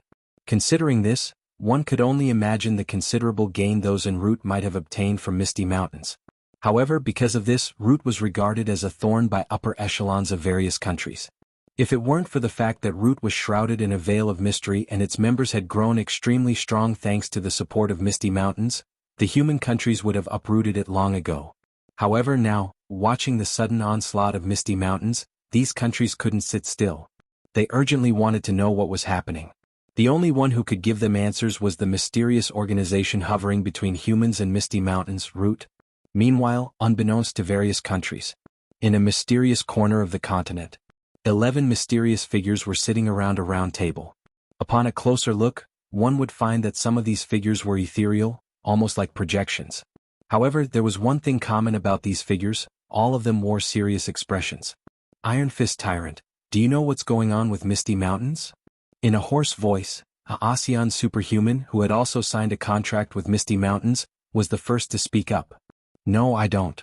Benson shook his head in helplessness.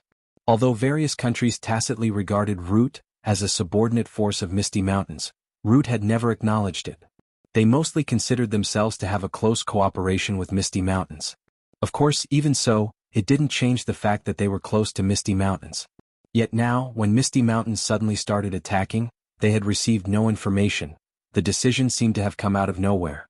And indeed it was. If it weren't for suddenly sensing the impending third spiritual energy tide, you would not have made such a decision. Heaving a sigh, a Chinese superhuman among them also expressed helplessness. Just now, the higher officials in the government have sent a message, wanting to know the status quo of Misty Mountains from me. At these words, the corners of many figures' eyes twitched. Obviously, everyone else had been questioned to some extent. Although their signing of a contract with Misty Mountains was a secret, over the past 3 years, their respective governments had more or less already figured out their identities. If it weren't for their always being the kind to keep a low profile, they might have already been at war with their governments. Right at that very moment, screech. Suddenly, a sharp screech echoed in the darkness. Everyone promptly turned their head and looked towards the source, where they saw a faint streak of light shooting towards them in the distance outside the window. The next moment, much to their excitement, a fist-sized peregrine falcon quietly landed on the window. Its expression remained as cold and stern as ever, while its eyes gleamed with arrogance, giving the impression of a proud king amidst the darkness at this moment. Looking at everyone, the 9th oldest among the peregrine falcons, also known as Fal 9, turned his gaze to Iron Fist Tyrant, whom he was most familiar with, and stated coldly, "In the name of the divine tree, Misty Mountains will be attacking the whole continent. If you want to stay out of trouble, just behave." At this point, Fal Ix's voice suddenly softened. "And if you have any information about powerful mutant beasts or even Prodigy's other races, you can also inform Misty Mountains. If the information is accurate, you'll receive the appropriate reward. If you can capture them alive, you can even receive major merit." After delivering the message, Fal 9 paid no attention to the stiff or even pale expressions of the members of Root led by Iron Fist Tyrant. He just flapped his wings and disappeared from their sight in a flash. Chapter 554, Hunting the Frost Giant? What should we do? A voice suddenly echoed in the meeting room. The speaker, a formidable superhuman, slumped into his seat, his face unusually pale. War? Misty Mountains has actually declared war on the entire continent? Are you kidding me? This is freaking ridiculous. Have they gone nuts, declaring war on the entire continent? The continent is not as simple as it seems. There are not just various mutant beasts but also many great nations. With all kinds of thoughts flashing in his mind, the superhuman felt a chill rising from his feet. And right at that very moment, while taking a deep breath, Benson, sitting at the head of the table, suddenly turned serious and ordered, "We cannot let this news spread." What? As if having heard something unbelievable, one person looked at Benson in astonishment. "I repeat, we cannot let this news spread." At this point, Benson explained proactively, "You see, while Misty Mountains have the qualifications to go to war with the entire continent, we don't. If other countries find out that Misty Mountains has waging war against the entire continent, then our organization will undoubtedly become the first target of the humans." Hearing this, everyone's faces changed drastically. However, just the next moment, another superhuman gritted his teeth and stated, "We can still inform the various countries and let them prepare in advance." Saying so, the superhuman further added in a timely manner, "After all, we are still humans. We can't betray our own kind." Betray? A cold smile flashed on Benson's face, painting a sinister expression. The next moment, his gaze sharpened as he stared coldly at the figure not far away who had just spoken, and sneered, "Do you really think that the various countries still regard you as one of their own? Regardless of your will, we don't have a choice. The moment we sign the contract, we can't act against Misty Mountains." The moment he mentioned this, the entire meeting room sunk into silence. Faintly, some people's faces grew even paler. Indeed, it was as Benson had said, the moment they signed the contract with Misty Mountains, they had no choice. They couldn't act against Misty Mountains. With the blood covenant hanging over their head, they couldn't even entertain treacherous thoughts against Misty Mountains. In case they did, the backlash alone would take almost half of their lives. More importantly, their betrayal would be known to Misty Mountains at the first notice. In these 3 years, many humans who had signed contracts with Misty Mountains had perished at the hands of Misty Mountains. The most important reason for this was that they disregarded the contract and leaked the secrets of Misty Mountains to their countries. In light of this, one could easily imagine the consequence of route sailing on 2 boats. One misstep could lead to destruction at the hands of both sides. And now, the time had come for them to take their stand, whether to follow Misty Mountains or to heed the advice of the Peregrine Falcons and stand aside. Thinking this, the eyes of mysterious figures started flickering. However, at this moment, unnoticed by anyone, one of the ethereal figures had disappeared from the meeting room. He was Fong, a superhuman who had emerged from the slums of China. He wore a pink mink coat, and a smile was always pasted on his face. He was very arrogant, which was clearly apparent from his wide gait. After signing a contract with Misty Mountains, under the accumulation of resources from Misty Mountains, Fong managed to step into Tier 3. Currently, he was a well-known black merchant in the dark world, an advocate of a little-known but loathsome profession. Right now, with the projection link severed, Fong slowly rose from his seat.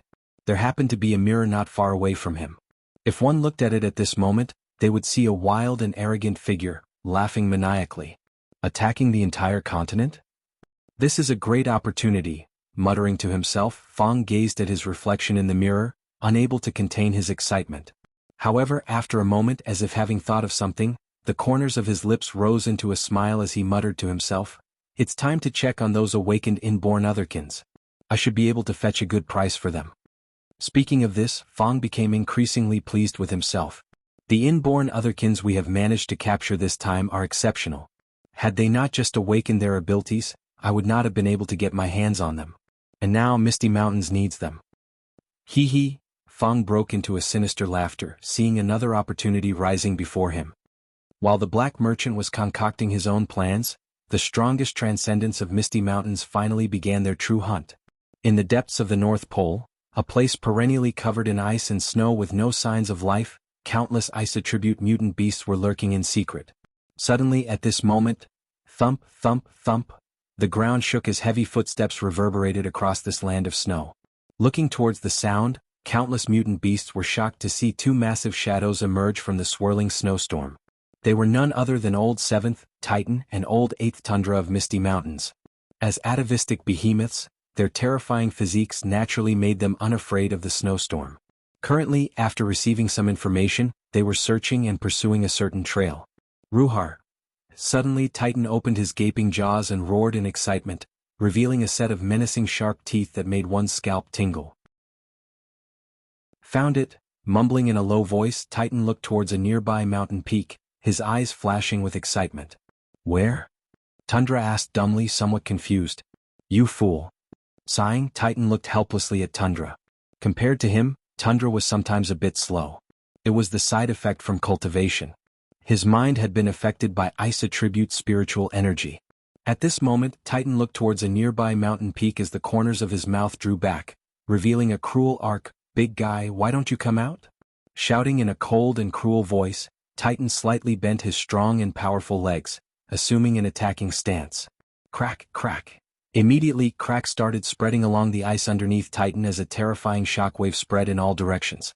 Meanwhile, seemingly knowing there was no escape, the distant peak suddenly shook violently.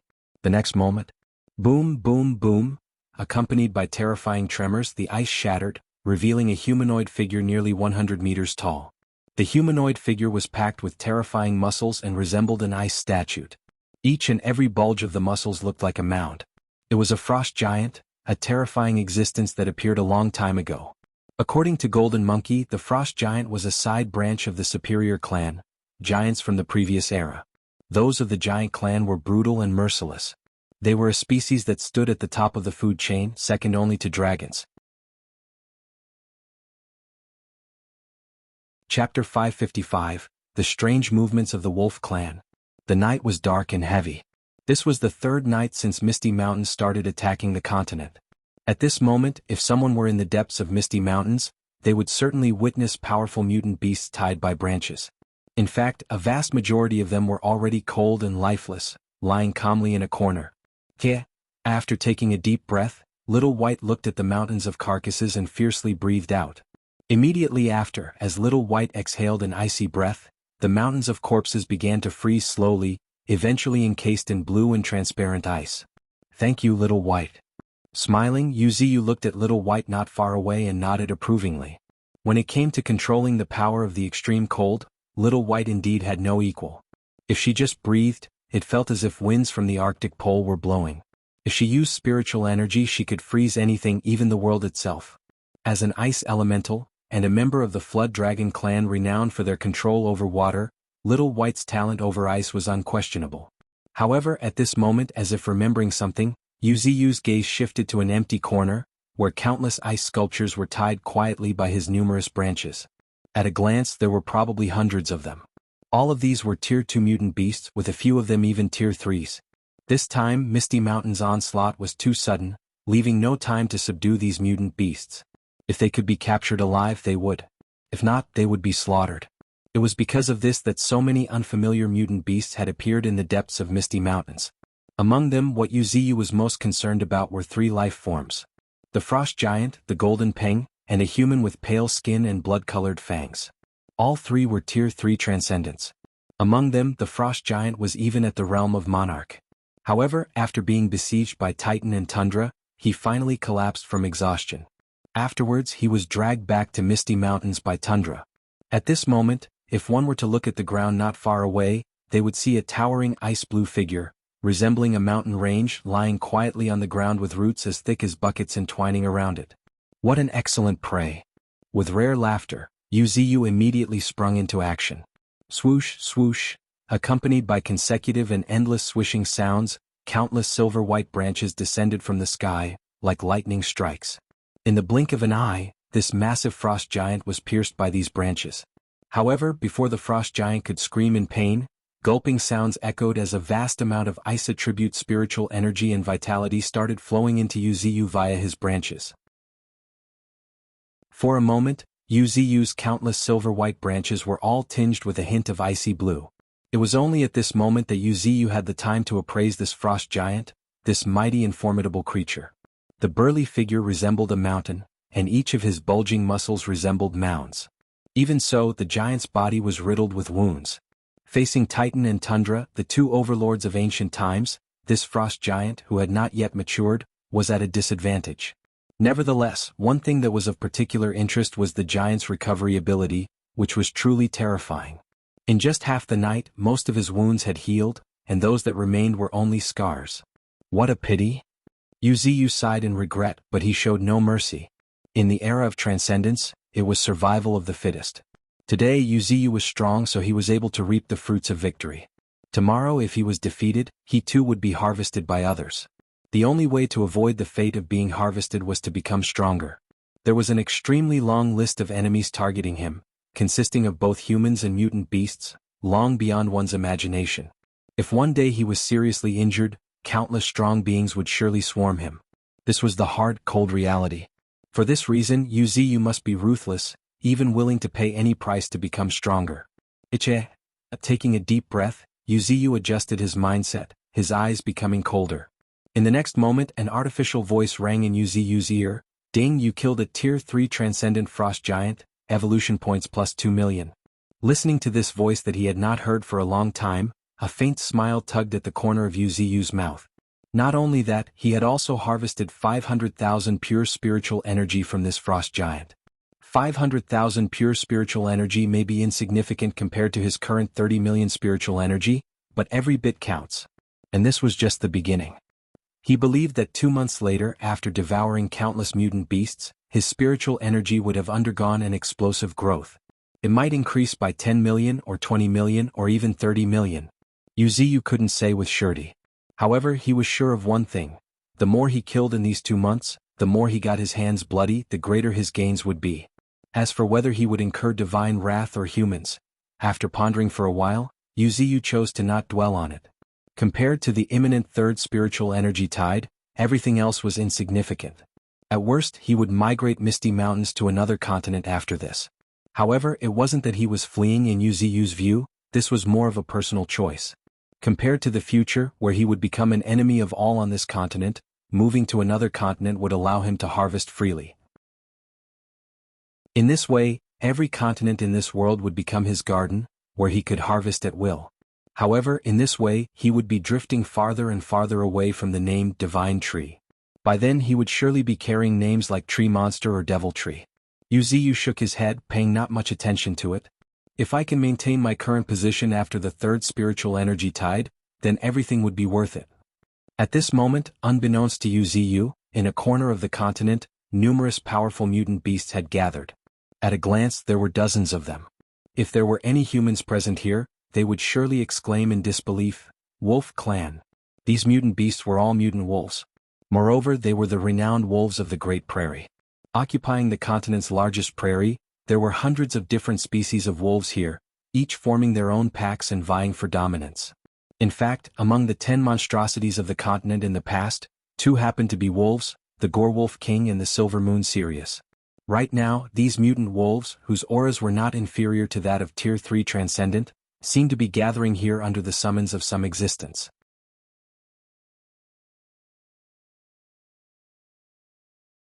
Chapter 556, Arctic Emperor and the King of Ghost Domain.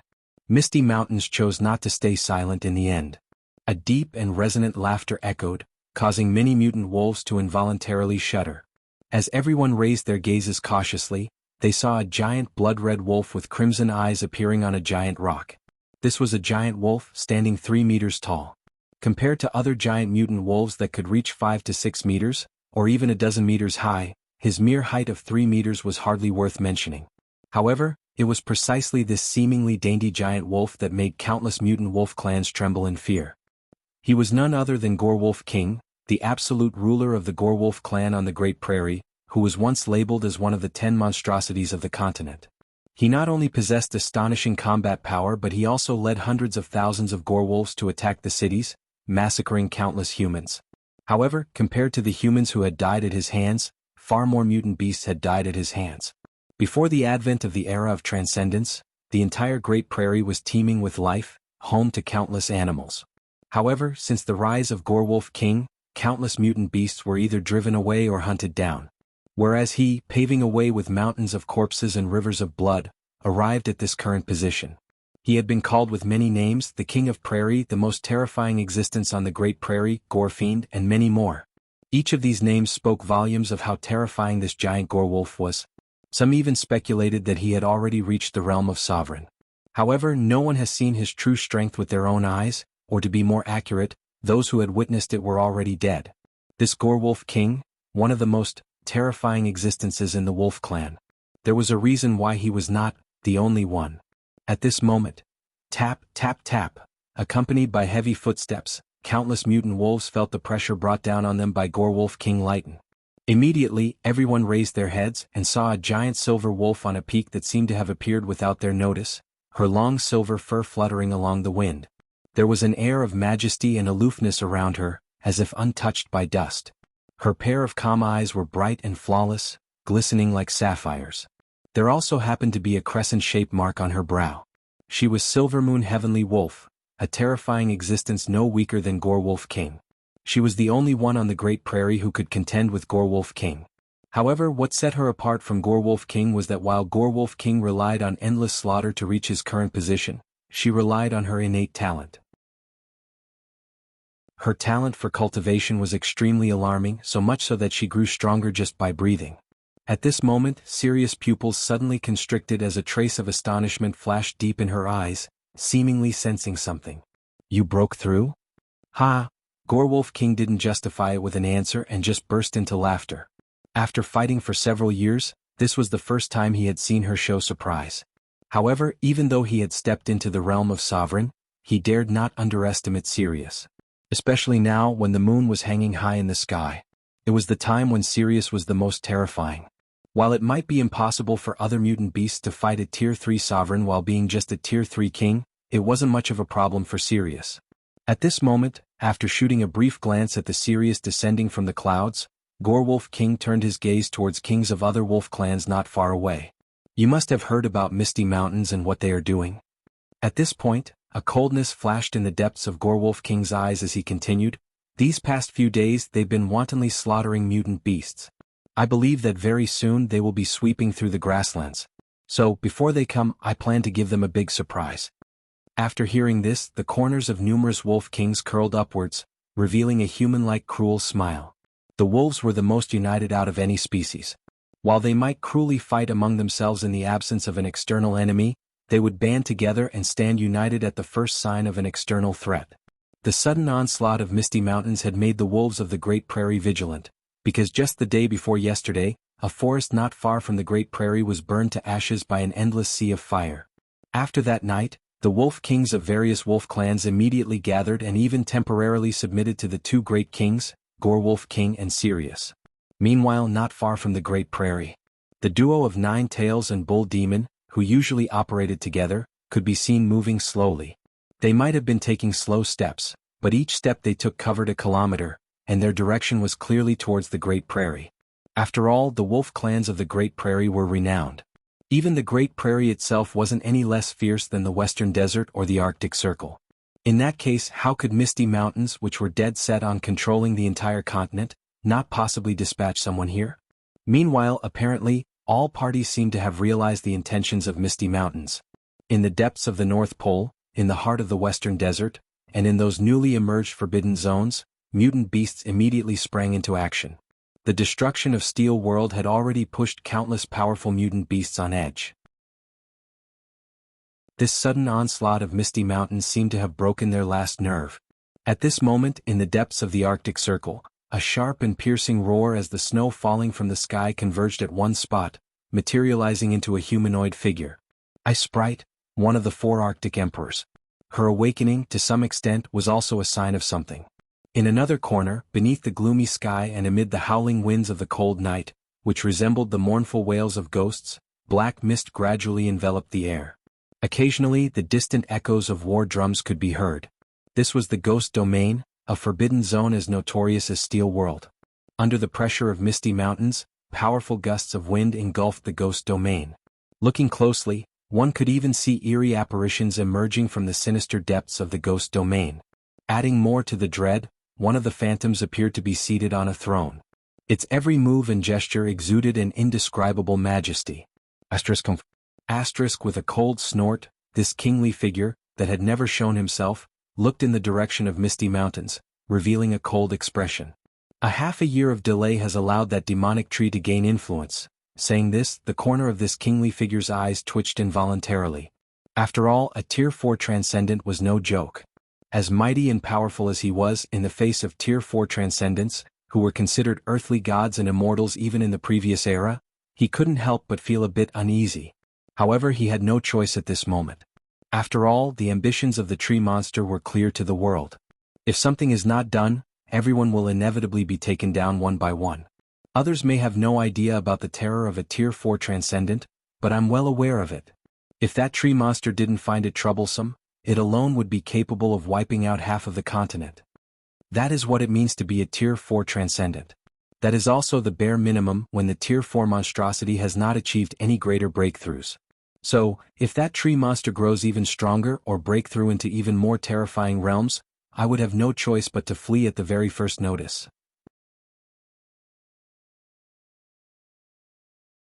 Chapter 557, A Tide of Million Rats. Accompanied by heavy footsteps, two more figures appeared on the endless expanse of the Great Prairie. One was a red fox, but she seemed as if she had just emerged from flames. Her gently swaying foretails behind her left sparks of flames flying all around. Her limbs were adorned with rings made of flames, locked in a spot. These rings were quite beautiful and exquisite. But more beautiful than them was the red fox herself.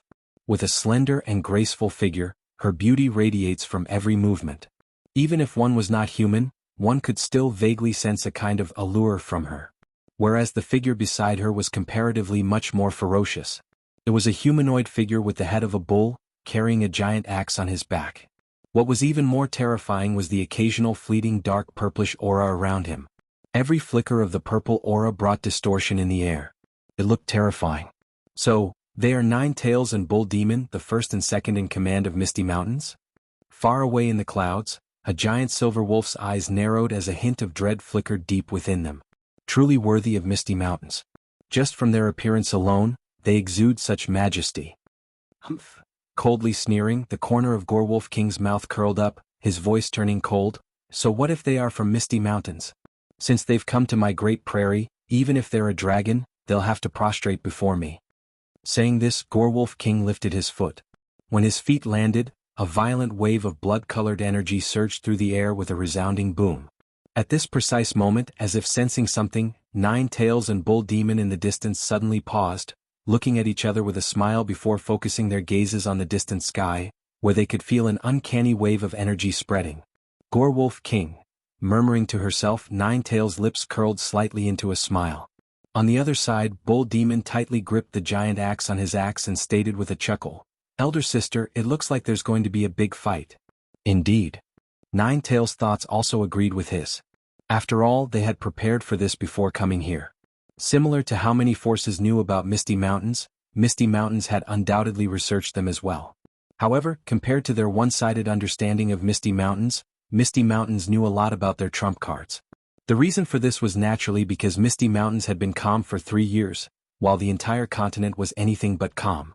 Various mutant beast forces were fighting each other either overtly or covertly, endlessly.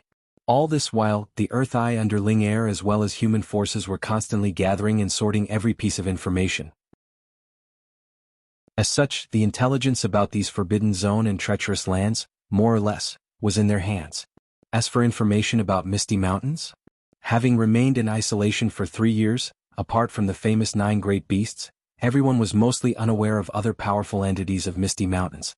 This lay Misty Mountains' biggest confidence in attacking the entire continent.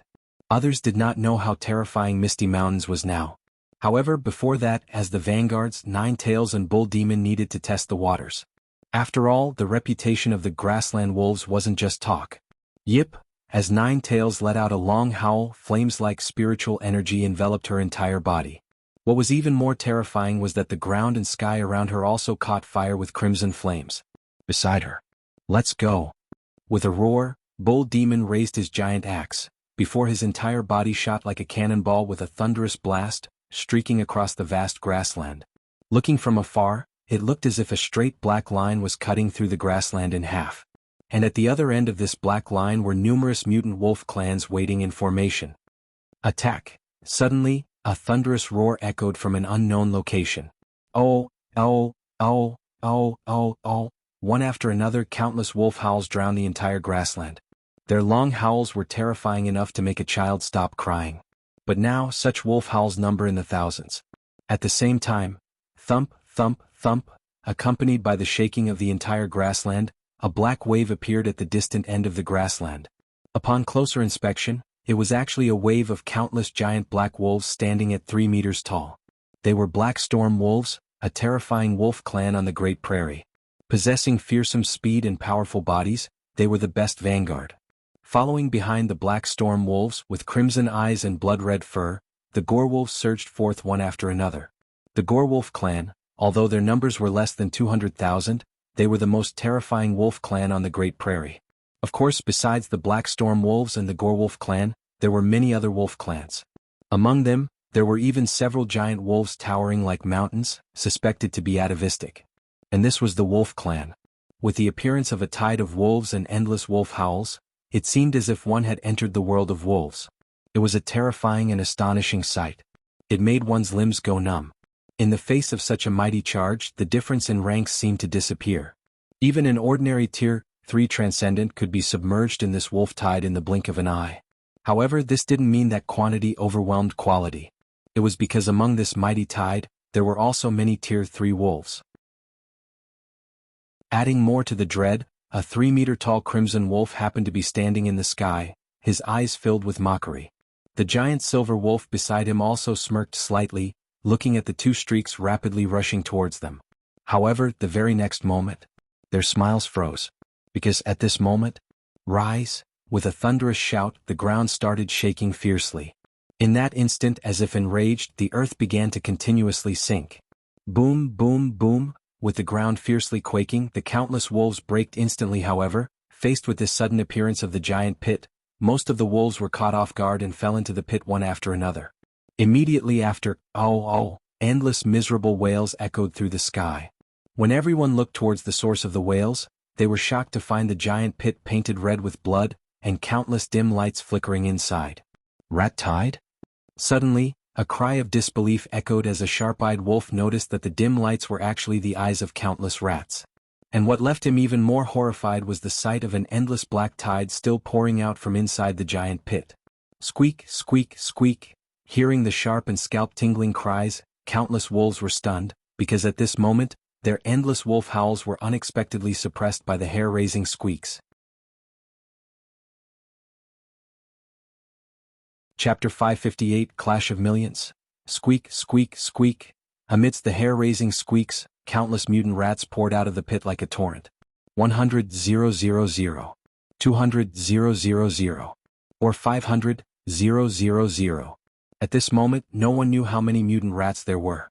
However, as they looked at those mutant rats surrounded by black mist, their long exposed fangs shining with cold and sharp gleam, each wolf's pupils contracted. Apart from them, there was one particular group that was even more terrifying, the yellow rats that looked like golden lightning. Crackle, crackle. Amidst sudden crackling sounds, golden arcs of electricity streaked across the air. At this moment, golden streaks of lightning were shooting out from within the black rat tide in succession. This was the Lightning Rat Clan. They were also a new branch of the Rat Clan of Misty Mountains. Their speed was so terrifying that their movement looked like streaking golden lightning. More often than not, they would have already pierced through their enemies before they could even react. Yet now, these fearsome lightning rats were shooting towards the wolves one after another. And just mere moments later, the ground fiercely shook and deafening rumbles drowned the world as the tide of rats surging out from the depths of the pit collided head-on with the tide of wolves. The rest of the world seemed to have fallen silent. Blood and flesh flew around mixed with blood-soaked fur. For a moment, the strong, nauseating smell of blood filled the air. However, this was just the beginning. Squeak, squeak. Amidst the increasingly rapid squeaks, a mutant black rat leaped into the air, pouncing towards a black storm wolf. Its small body and terrifying speed, along with the black mist that could block some damage, all became its advantage. In just a moment, it had already leaped onto the neck of a black storm wolf, at which point, it opened its mouth wide, revealing its sharp teeth. The next moment, amidst a bone-crunching sound, the black storm wolf violently convulsed before a shrill and piercing cry resounded. Immediately afterward, followed by swooshing sounds, countless black rats swarmed over it. By the time the black storm wolves in the vicinity reacted, all that was left of the black storm wolf was some blood-stained bones on the ground. As if experiencing the same pain, a black storm wolf let out a mournful cry before raising its right claw and fiercely slamming it down, shaking the ground. At this moment, if one were to look down, they would find a mutant rat slammed deep into the ground, its body twitching uncontrollably. However, before this black storm wolf could feel triumphant, countless mutant black rats had already drowned it. Even worse, there was a streak of golden lightning rapidly closing on it. And this was just a corner of the battlefield, just a corner.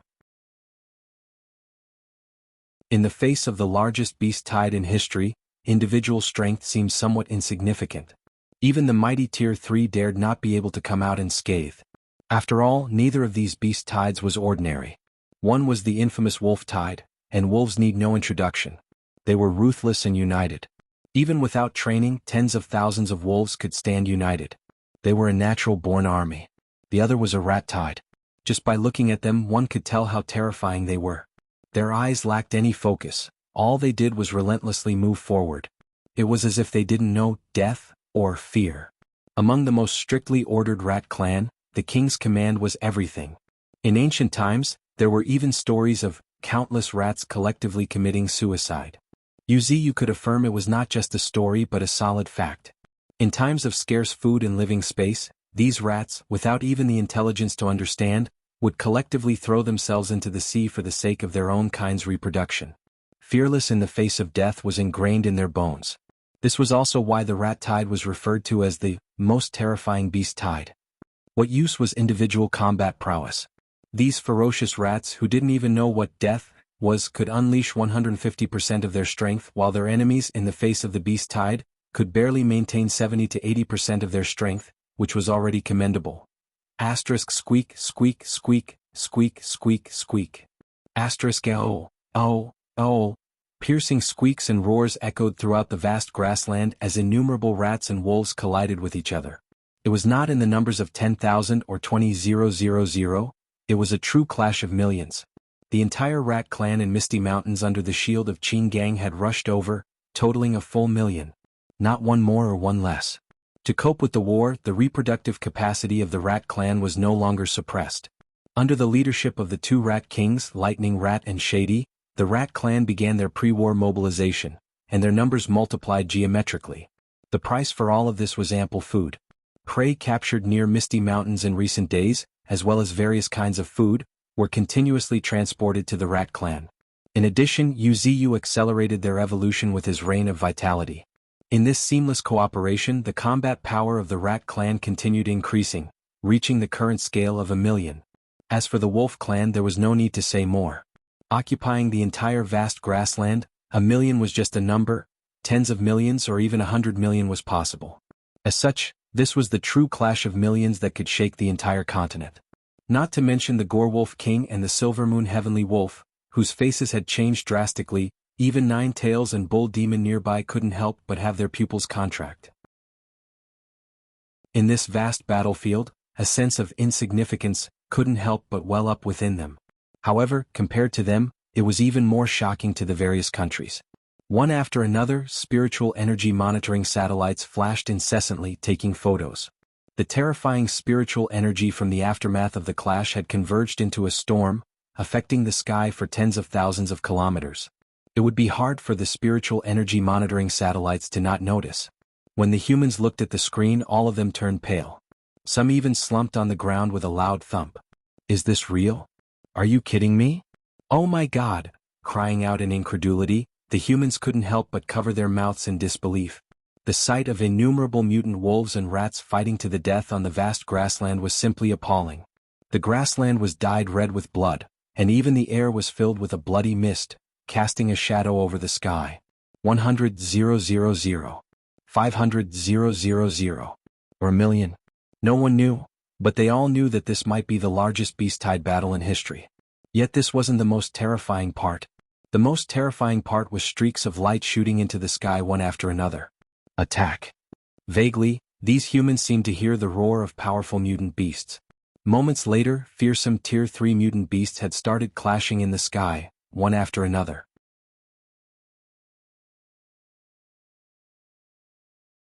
Chapter 559: The Foundation of Misty Mountains.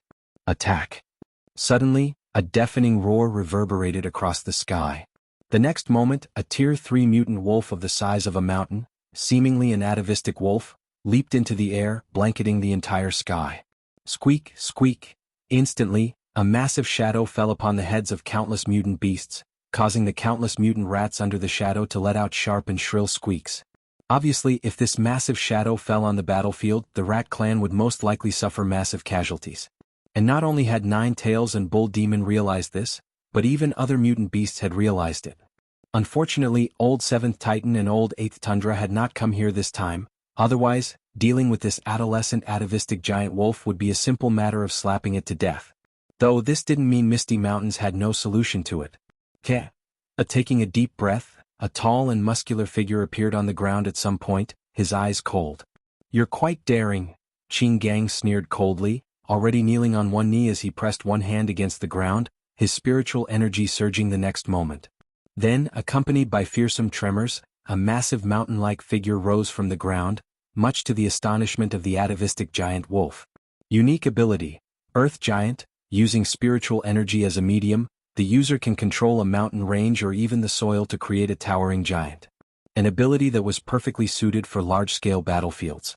It was also a talent that every elemental was born with. They were born commanders of the battlefield. Hee. Meanwhile, Qin Gang coldly laughed, watching the towering earth giant rising from the ground. Yet, he didn't move and remained with his right hand pressed on the ground. Adding more to the dread, his terrifying spiritual energy was still pouring into the ground. What did this imply? After a moment, amidst the astonished gazes of countless mutant beasts, one by one dozens of earth giants rose from the ground. Their arms were so gigantic that they resembled skyscrapers. Just a simple swing of them resulted in extremely loud and grating swooshes. Their majestic figure also vaguely shared the contours of the grasslands. Attack. Qin Gang's thunderous roar echoed in the ears of countless mutant beasts the next moment, as the dozens of earth giants began dashing forward, causing the ground to fiercely shake. Thump, thump, thump. Clearly there were only a dozen earth giants, but they ran with the momentum of thousands of troops, kicking up huge clouds of dust and causing the ground to shake for kilometers.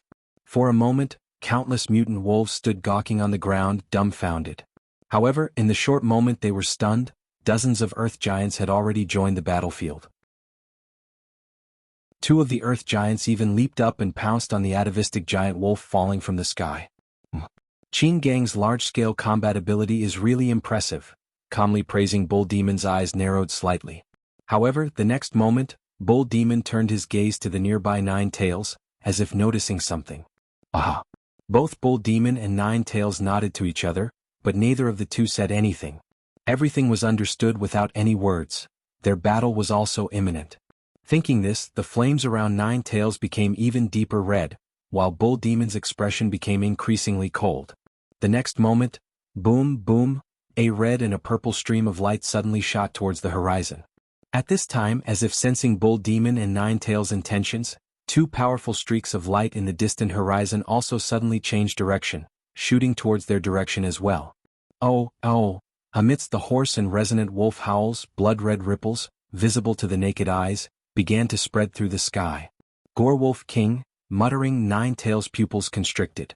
The next moment, without giving Bull Demon a chance to react, Nine Tails accelerated and rushed towards the crimson streak. Elder sister. Rare concern crossed Bull Demon's face because the moment they flew into the sky, they had already sensed the extraordinary nature of Gorewolf King. However, Nine Tails chose this most difficult opponent without a moment of hesitation. Moreover, she did it with irresistible momentum. A vast stretch of sky turned red as streams of flames wove continuously, crashing towards the blood-colored fluctuations like waves. Heaving a sigh, Bull Demon no longer hesitated either. Since Elder Sister has already set her mind, I will do my part and not disappoint her. With this in mind, Bull Demon tightened his grip around the giant axe as his lips curled into a cruel arc. Go to hell. With a roar, the sky sank. The terrifying gravity instantly pressed down, endless dust scattered in the sky, distorting even the air. And amidst such shocking momentum, a black crack created by the swing of Bull Demon's axe slowly emerged in the astonished gaze of Sirius. Meanwhile, deep within Misty Mountains. It has started, huh? As if sensing the distant battle, Yuziu's eyes narrowed slightly as he looked towards the distant horizon. In that direction, Yuziu could vaguely sense four extremely fearsome spiritual energy fluctuations clashing with each other. Among them, two he was naturally familiar with, belonged to Nine Tails and Bull Demon. Even sensing the fierce battle, there was not a sign of worry on Yuziu's face, rather even a hint of playfulness appeared on it. It should be that Gorewolf King. That cold spiritual energy carrying a strong scent of blood can only belong to him, the renowned Gorewolf King, and no one else. Even if he has stepped into the realm of Sovereign, so what? If he thinks he can devour Nine Tails, then he would be grossly underestimating the first great beast of Misty Mountains. While Nine Tails and the others might be a bit behind the top-tier mutant beast of the wild in the cultivation and combat awareness department due to the overly comfortable environment they were raised in, it didn't mean that Nine Tails and the others were weak. Not to mention the fact that they also had the ability to save their lives. Nine Tails was wearing a necklace which was really extraordinary. It was a necklace specially tailored for Nine Tails by Brewmaster. The Spirit-Locking Necklace. It could seal the fire attribute spiritual energy Nine Tails inadvertently released during daily practice. Over time, who knows how much spiritual energy had accumulated in Nine Tails' Spirit-Locking Necklace. As for Bull Demon, the giant axe in his hand was a Tier 3 artifact, Ice Cleaver, forged with 10,000-year-old ice, and its handle was cast with a branch from Yuziu. Moreover, he was also wearing a king-grade armament, turtle armor, made from the shell of the Tier 3 turtle sea beast, and nurtured continuously by Yuziu's life essence. It too was extraordinary armor. And this was the source of Yuziu's confidence in sending them out. Even if they couldn't win relying on these Tier 3 artifacts, they could escape. It should be noted that most of the Tier 3 artifacts on the continent were named and were mostly in human hands. And now, the top powers of Misty Mountains were all fully armed, each wielding Tier 3 artifacts.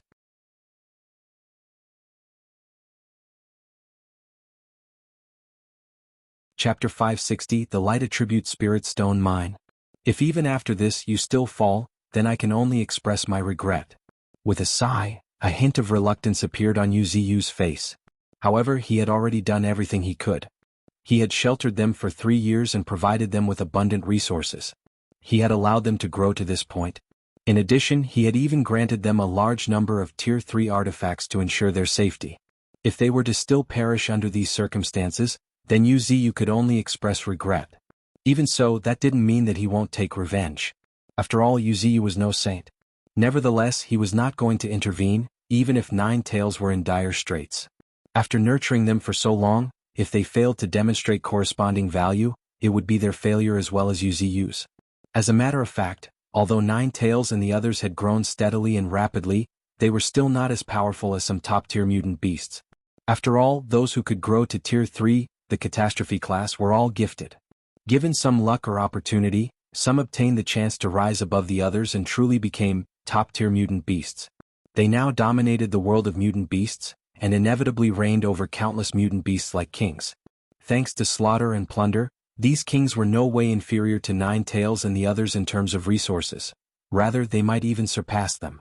Certainly, Misty Mountains possessed abundant resources, but they also boasted a considerable number of core combatants, including the 9 great beasts and 2 guardians known to the public, as well as elemental commanders who operated covertly. However, the situation was starkly contrasting for those kings. They commanded entire clans dedicated to serving them. Therefore, even if there was a disparity in resources, it wouldn't be too substantial. These top-tier mutant beasts that grew up in the wilderness had risen to the throne through mountains of corpses and seas of blood, and had honed their combat awareness to a remarkable degree. As such, Yu clearly understood the disparity between mutant beasts of Misty Mountains and them. After all, when it came to talents, there wasn't much difference. Even in terms of resources, there shouldn't be that big of a disparity. However, the mutant beasts in the wild had gone through trials and tribulations to reach their current level. In comparison, the flowers nurtured in the greenhouse like Nine Tails would inevitably be inferior. Since he understood this, Yu also promptly decided to fill this gap. He granted them the trial of blood using this way. If they could return alive, Yu believed that in the not-too-distant future, they too would have a place among the mutant beasts ruling the world. However, in a way, Yu was also soft-hearted. To some extent, he had provided them with a way to save their lives. The transcendent artifacts happened to be just one of them. He had also provided them with various life-saving abilities and instructions. In Yu's opinion, one had to be alive to have the capital to grow. As long as they didn't die in battle, they would eventually grow. It could be said that Yu had done everything he could. And now it was time for them to prove themselves. "Don't blame me for being ruthless," muttering, Yu chose to close his eyes and no longer pay attention to the outside world. Although there were many strong transcendents on the continent, the strongest could only be in the realm of Sovereign. As for the Emperor of the World realm, Yu had not yet sensed anyone reaching this realm. If there were any, they might be found in the depths of the ocean. And if one did appear on this continent, Yu would capture it at first notice. It would grant Nine Tails and the others a real chance to grow. They at least wouldn't end up in the embarrassing situation of being slapped to death by an emperor. While walking at the very edge of life and death, they would eventually undergo a transformation. As for how big of a transformation, that would depend on their destiny.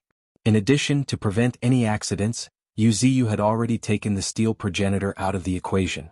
As a terrifying existence at the realm of Sovereign, his defense simply couldn't be breached by transcendents of the same tier. Not to mention Nine Tails, even if many Tier 3 sovereigns were to besiege it, they would not be able to kill it. A natural steel elemental was no joke, so it had to die. Such an existence posed too great a threat to Nine Tails and the others, to the extent that they did not even have a chance to turn the tables. Meanwhile, to prevent any further disturbances in his mind, Yu chose to quietly cultivate.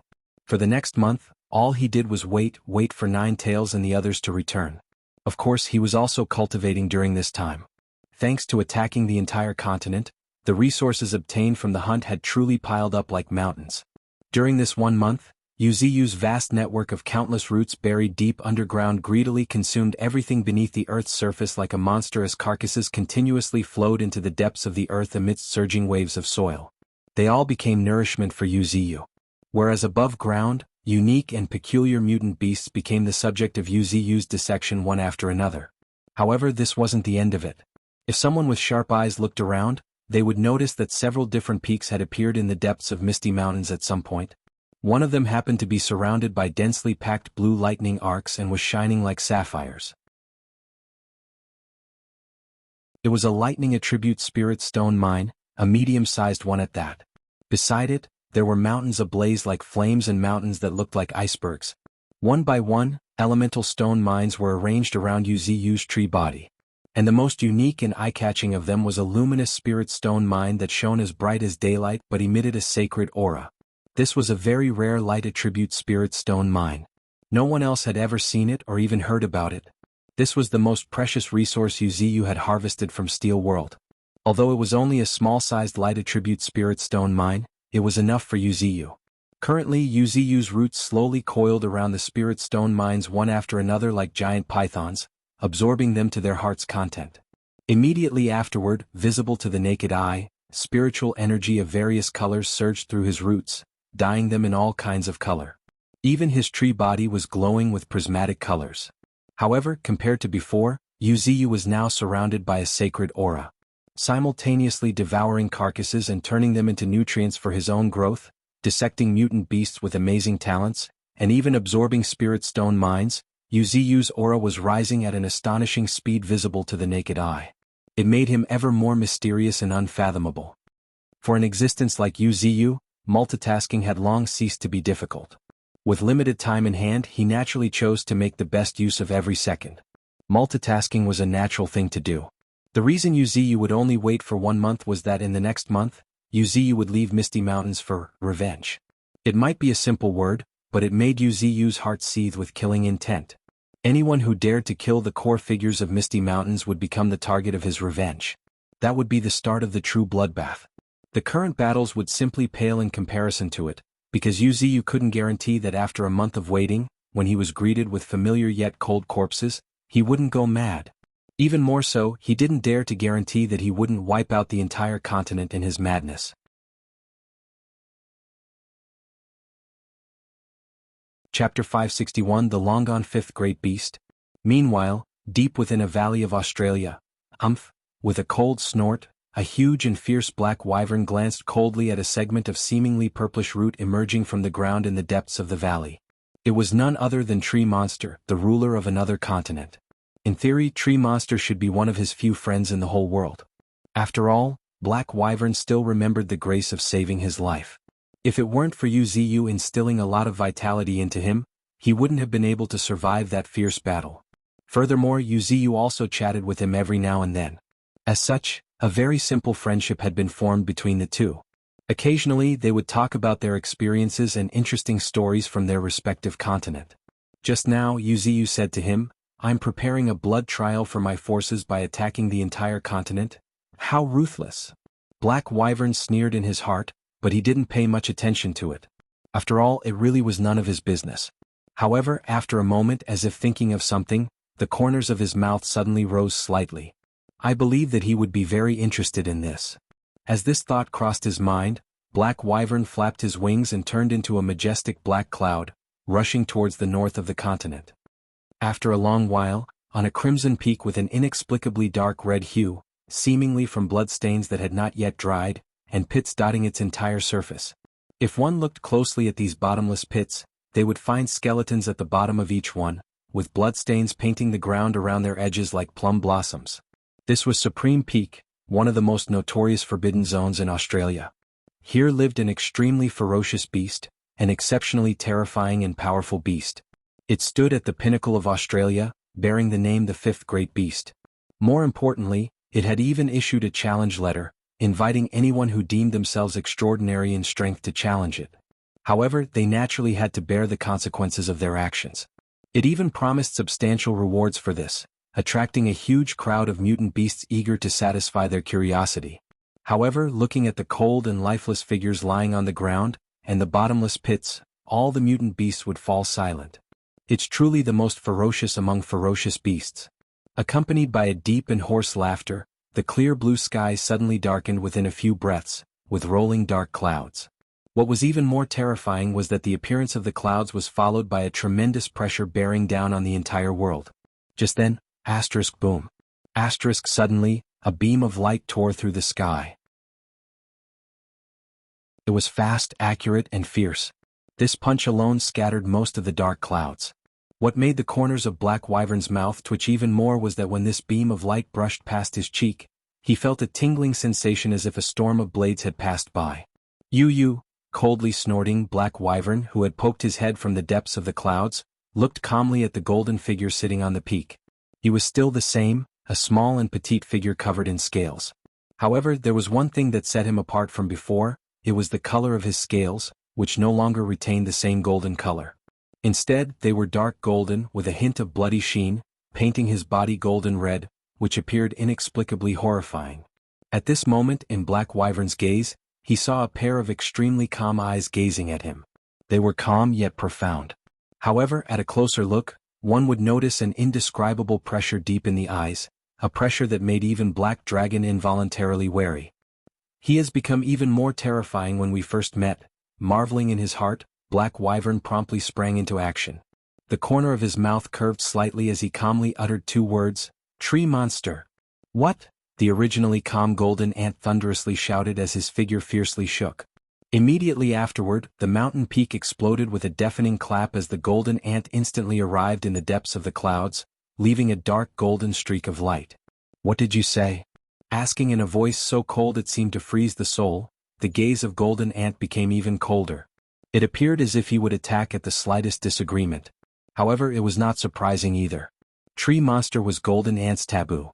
Moreover, golden ant was accustomed to calling Wuxia, divine tree. So, if someone called Wuxia tree monster, they would inevitably invite his thunderous strike. However, this Black Wyvern was an exception. One reason was naturally that Black Wyvern was quite strong.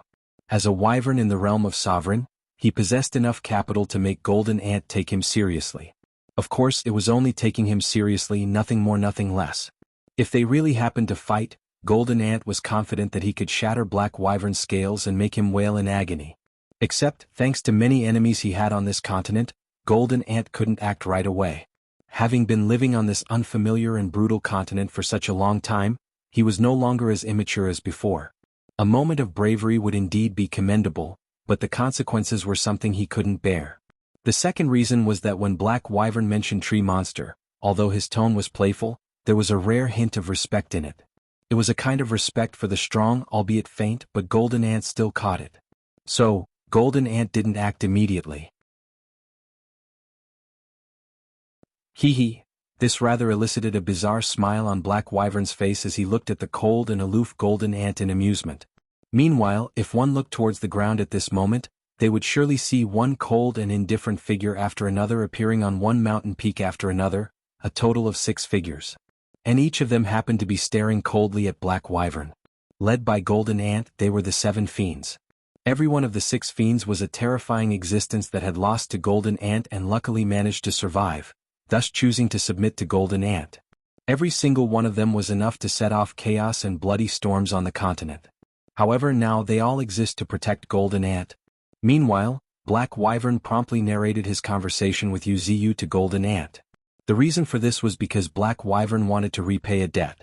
He could naturally sense Wuxia's reluctance to the bloody trial. However, since he wasn't planning to act, he decided to let someone else do it. After all, golden ant was Wuxia's 5th great beast. How could something as good as attacking the entire continent be done without him? While other parties might choose not to act, how could he not? Golden ant's growth over the past 3 years has been beyond anything. Even that tree monster couldn't imagine how far this fiend he had raised has become.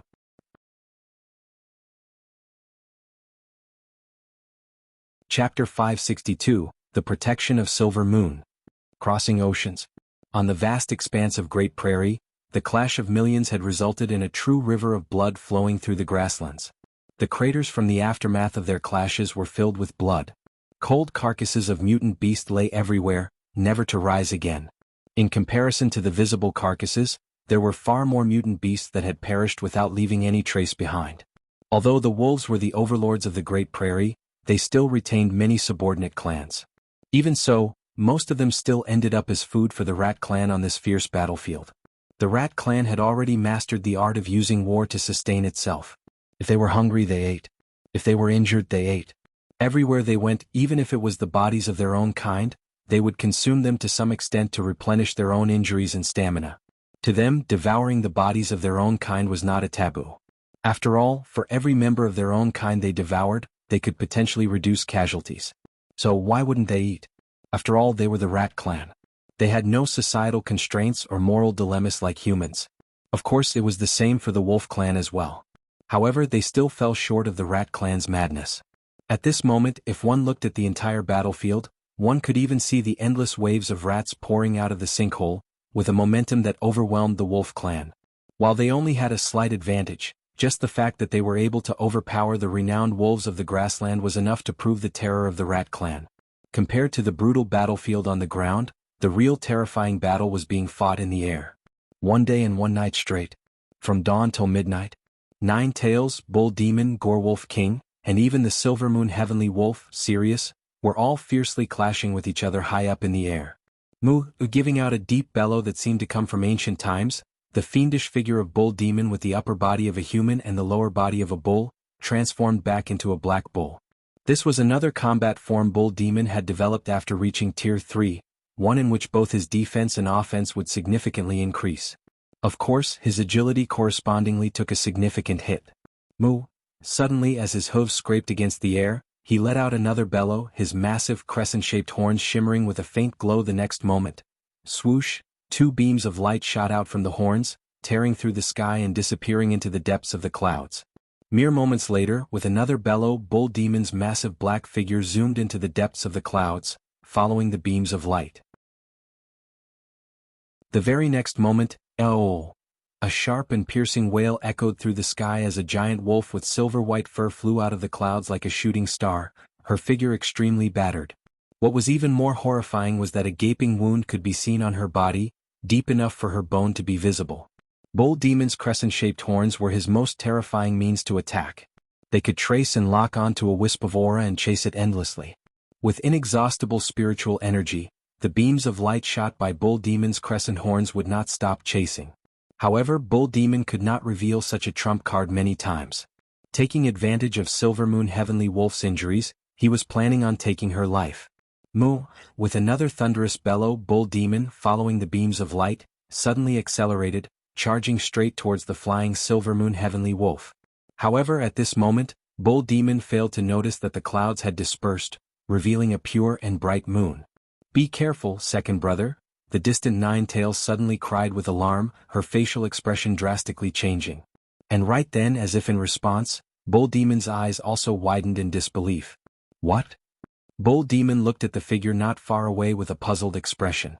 It was still the same Silver Moon Heavenly Wolf, however, compared to her earlier state of distress, her injuries happened to have been completely healed. What was even more terrifying was that her beautiful silver fur covering her body continuously grew longer, as if undergoing a frenzied growth. At the center of her brow, the faint moon symbol was now slightly shimmering in harmony with the sky. The current Silver Moon Heavenly Wolf truly lived up to the name Heavenly Wolf, noble and extraordinary. The moonlight around her body only added an inexplicable air of mystery about her. Ha! Bull Demon promptly halted his charge, raising his guard subconsciously. Yet, the very next moment, Bull Demon's massive figure fiercely jolted as a swoosh cut through the air. Immediately afterward, he felt a sharp pain coming from his back, prompting him to look up, where he surprisingly saw Silver Moon Heavenly Wolf, who had appeared at some point. Her eyes were deep and cold, and had a crescent moon shining deep within them. The protection of Silver Moon, the most terrifying innate talent of the Silver Moon Heavenly Wolf clan. Every midnight, under the moonlight, Silver Moon Heavenly Wolves gained a new body, with boosted offense and speed, as well as a significantly increased recovery. It was because of this terrifying innate talent that Gorewolf King greatly feared Sirius. After all, if he failed to defeat her during the day and the battle dragged on till midnight, he would inevitably have to fight a brand new her. To some extent, even her personality underwent a change. She became colder and more cruel and even more terrifying. At this moment, while Bull Demon was about to face the storm-like attacks from Sirius, on another corner, Nine Tails, who was at the peak of the realm of King, was fighting toe-to-toe with Gorewolf King, who was at the realm of Sovereign. They were evenly matched. Even someone as formidable as Gorewolf King was feeling helpless against Nine Tails. Her spiritual energy seemed endless, as if it were infinite. From dawn till midnight, her ultimate moves never ceased. Flames kept roaring through the sky like waves every moment. Sometimes, the flames would gather and transform into a tornado of flames, gaining fearsome power along with imposing momentum. After several failed attempts to suppress this kind of attacks at full power, Gorewolf King finally acknowledged the fact her spiritual energy may be truly endless. And indeed it was. To some extent, Nine-Tails' spiritual energy was indeed endless. With her fine control of spiritual energy, she could utilize her spiritual energy with double efficiency. This was also merely a part of Nine-Tails' prowess. What was even more terrifying was that when Nine-Tails' four tails spun, her rate of spiritual energy recovery was equal to the rate of consumption. This was an extremely terrifying ability. In other words, unless she exhausted her strength or unleashed a move that exceeded her limits, her spiritual energy truly seemed endless. Meanwhile, unbeknownst to anyone, a small dark golden figure was swishing through the sky at a terrifying speed, heading towards the continent. Along the way, not to mention ordinary mutant birds, even the overlords lurking in the deep sea chose to observe after a momentary hesitation. All of this was because the storm stirred up by that dark golden figure even affected the sea hundreds of meters below it, pushing endless seawater to either side, cutting the sea into two. Such momentum, even without any aura erupting from the small dark golden figure, spoke volumes of its prowess. That you're tuning in to the Han Lee's Wuxia Adventures YouTube channel. We're so grateful for your support, and don't forget to subscribe to join us on this incredible journey through captivating stories. Your generosity through donations truly makes a world of difference, as it's the primary source of revenue that allows me to expand and enhance this channel for you. Thank you from the bottom of my heart for being a part of this adventure.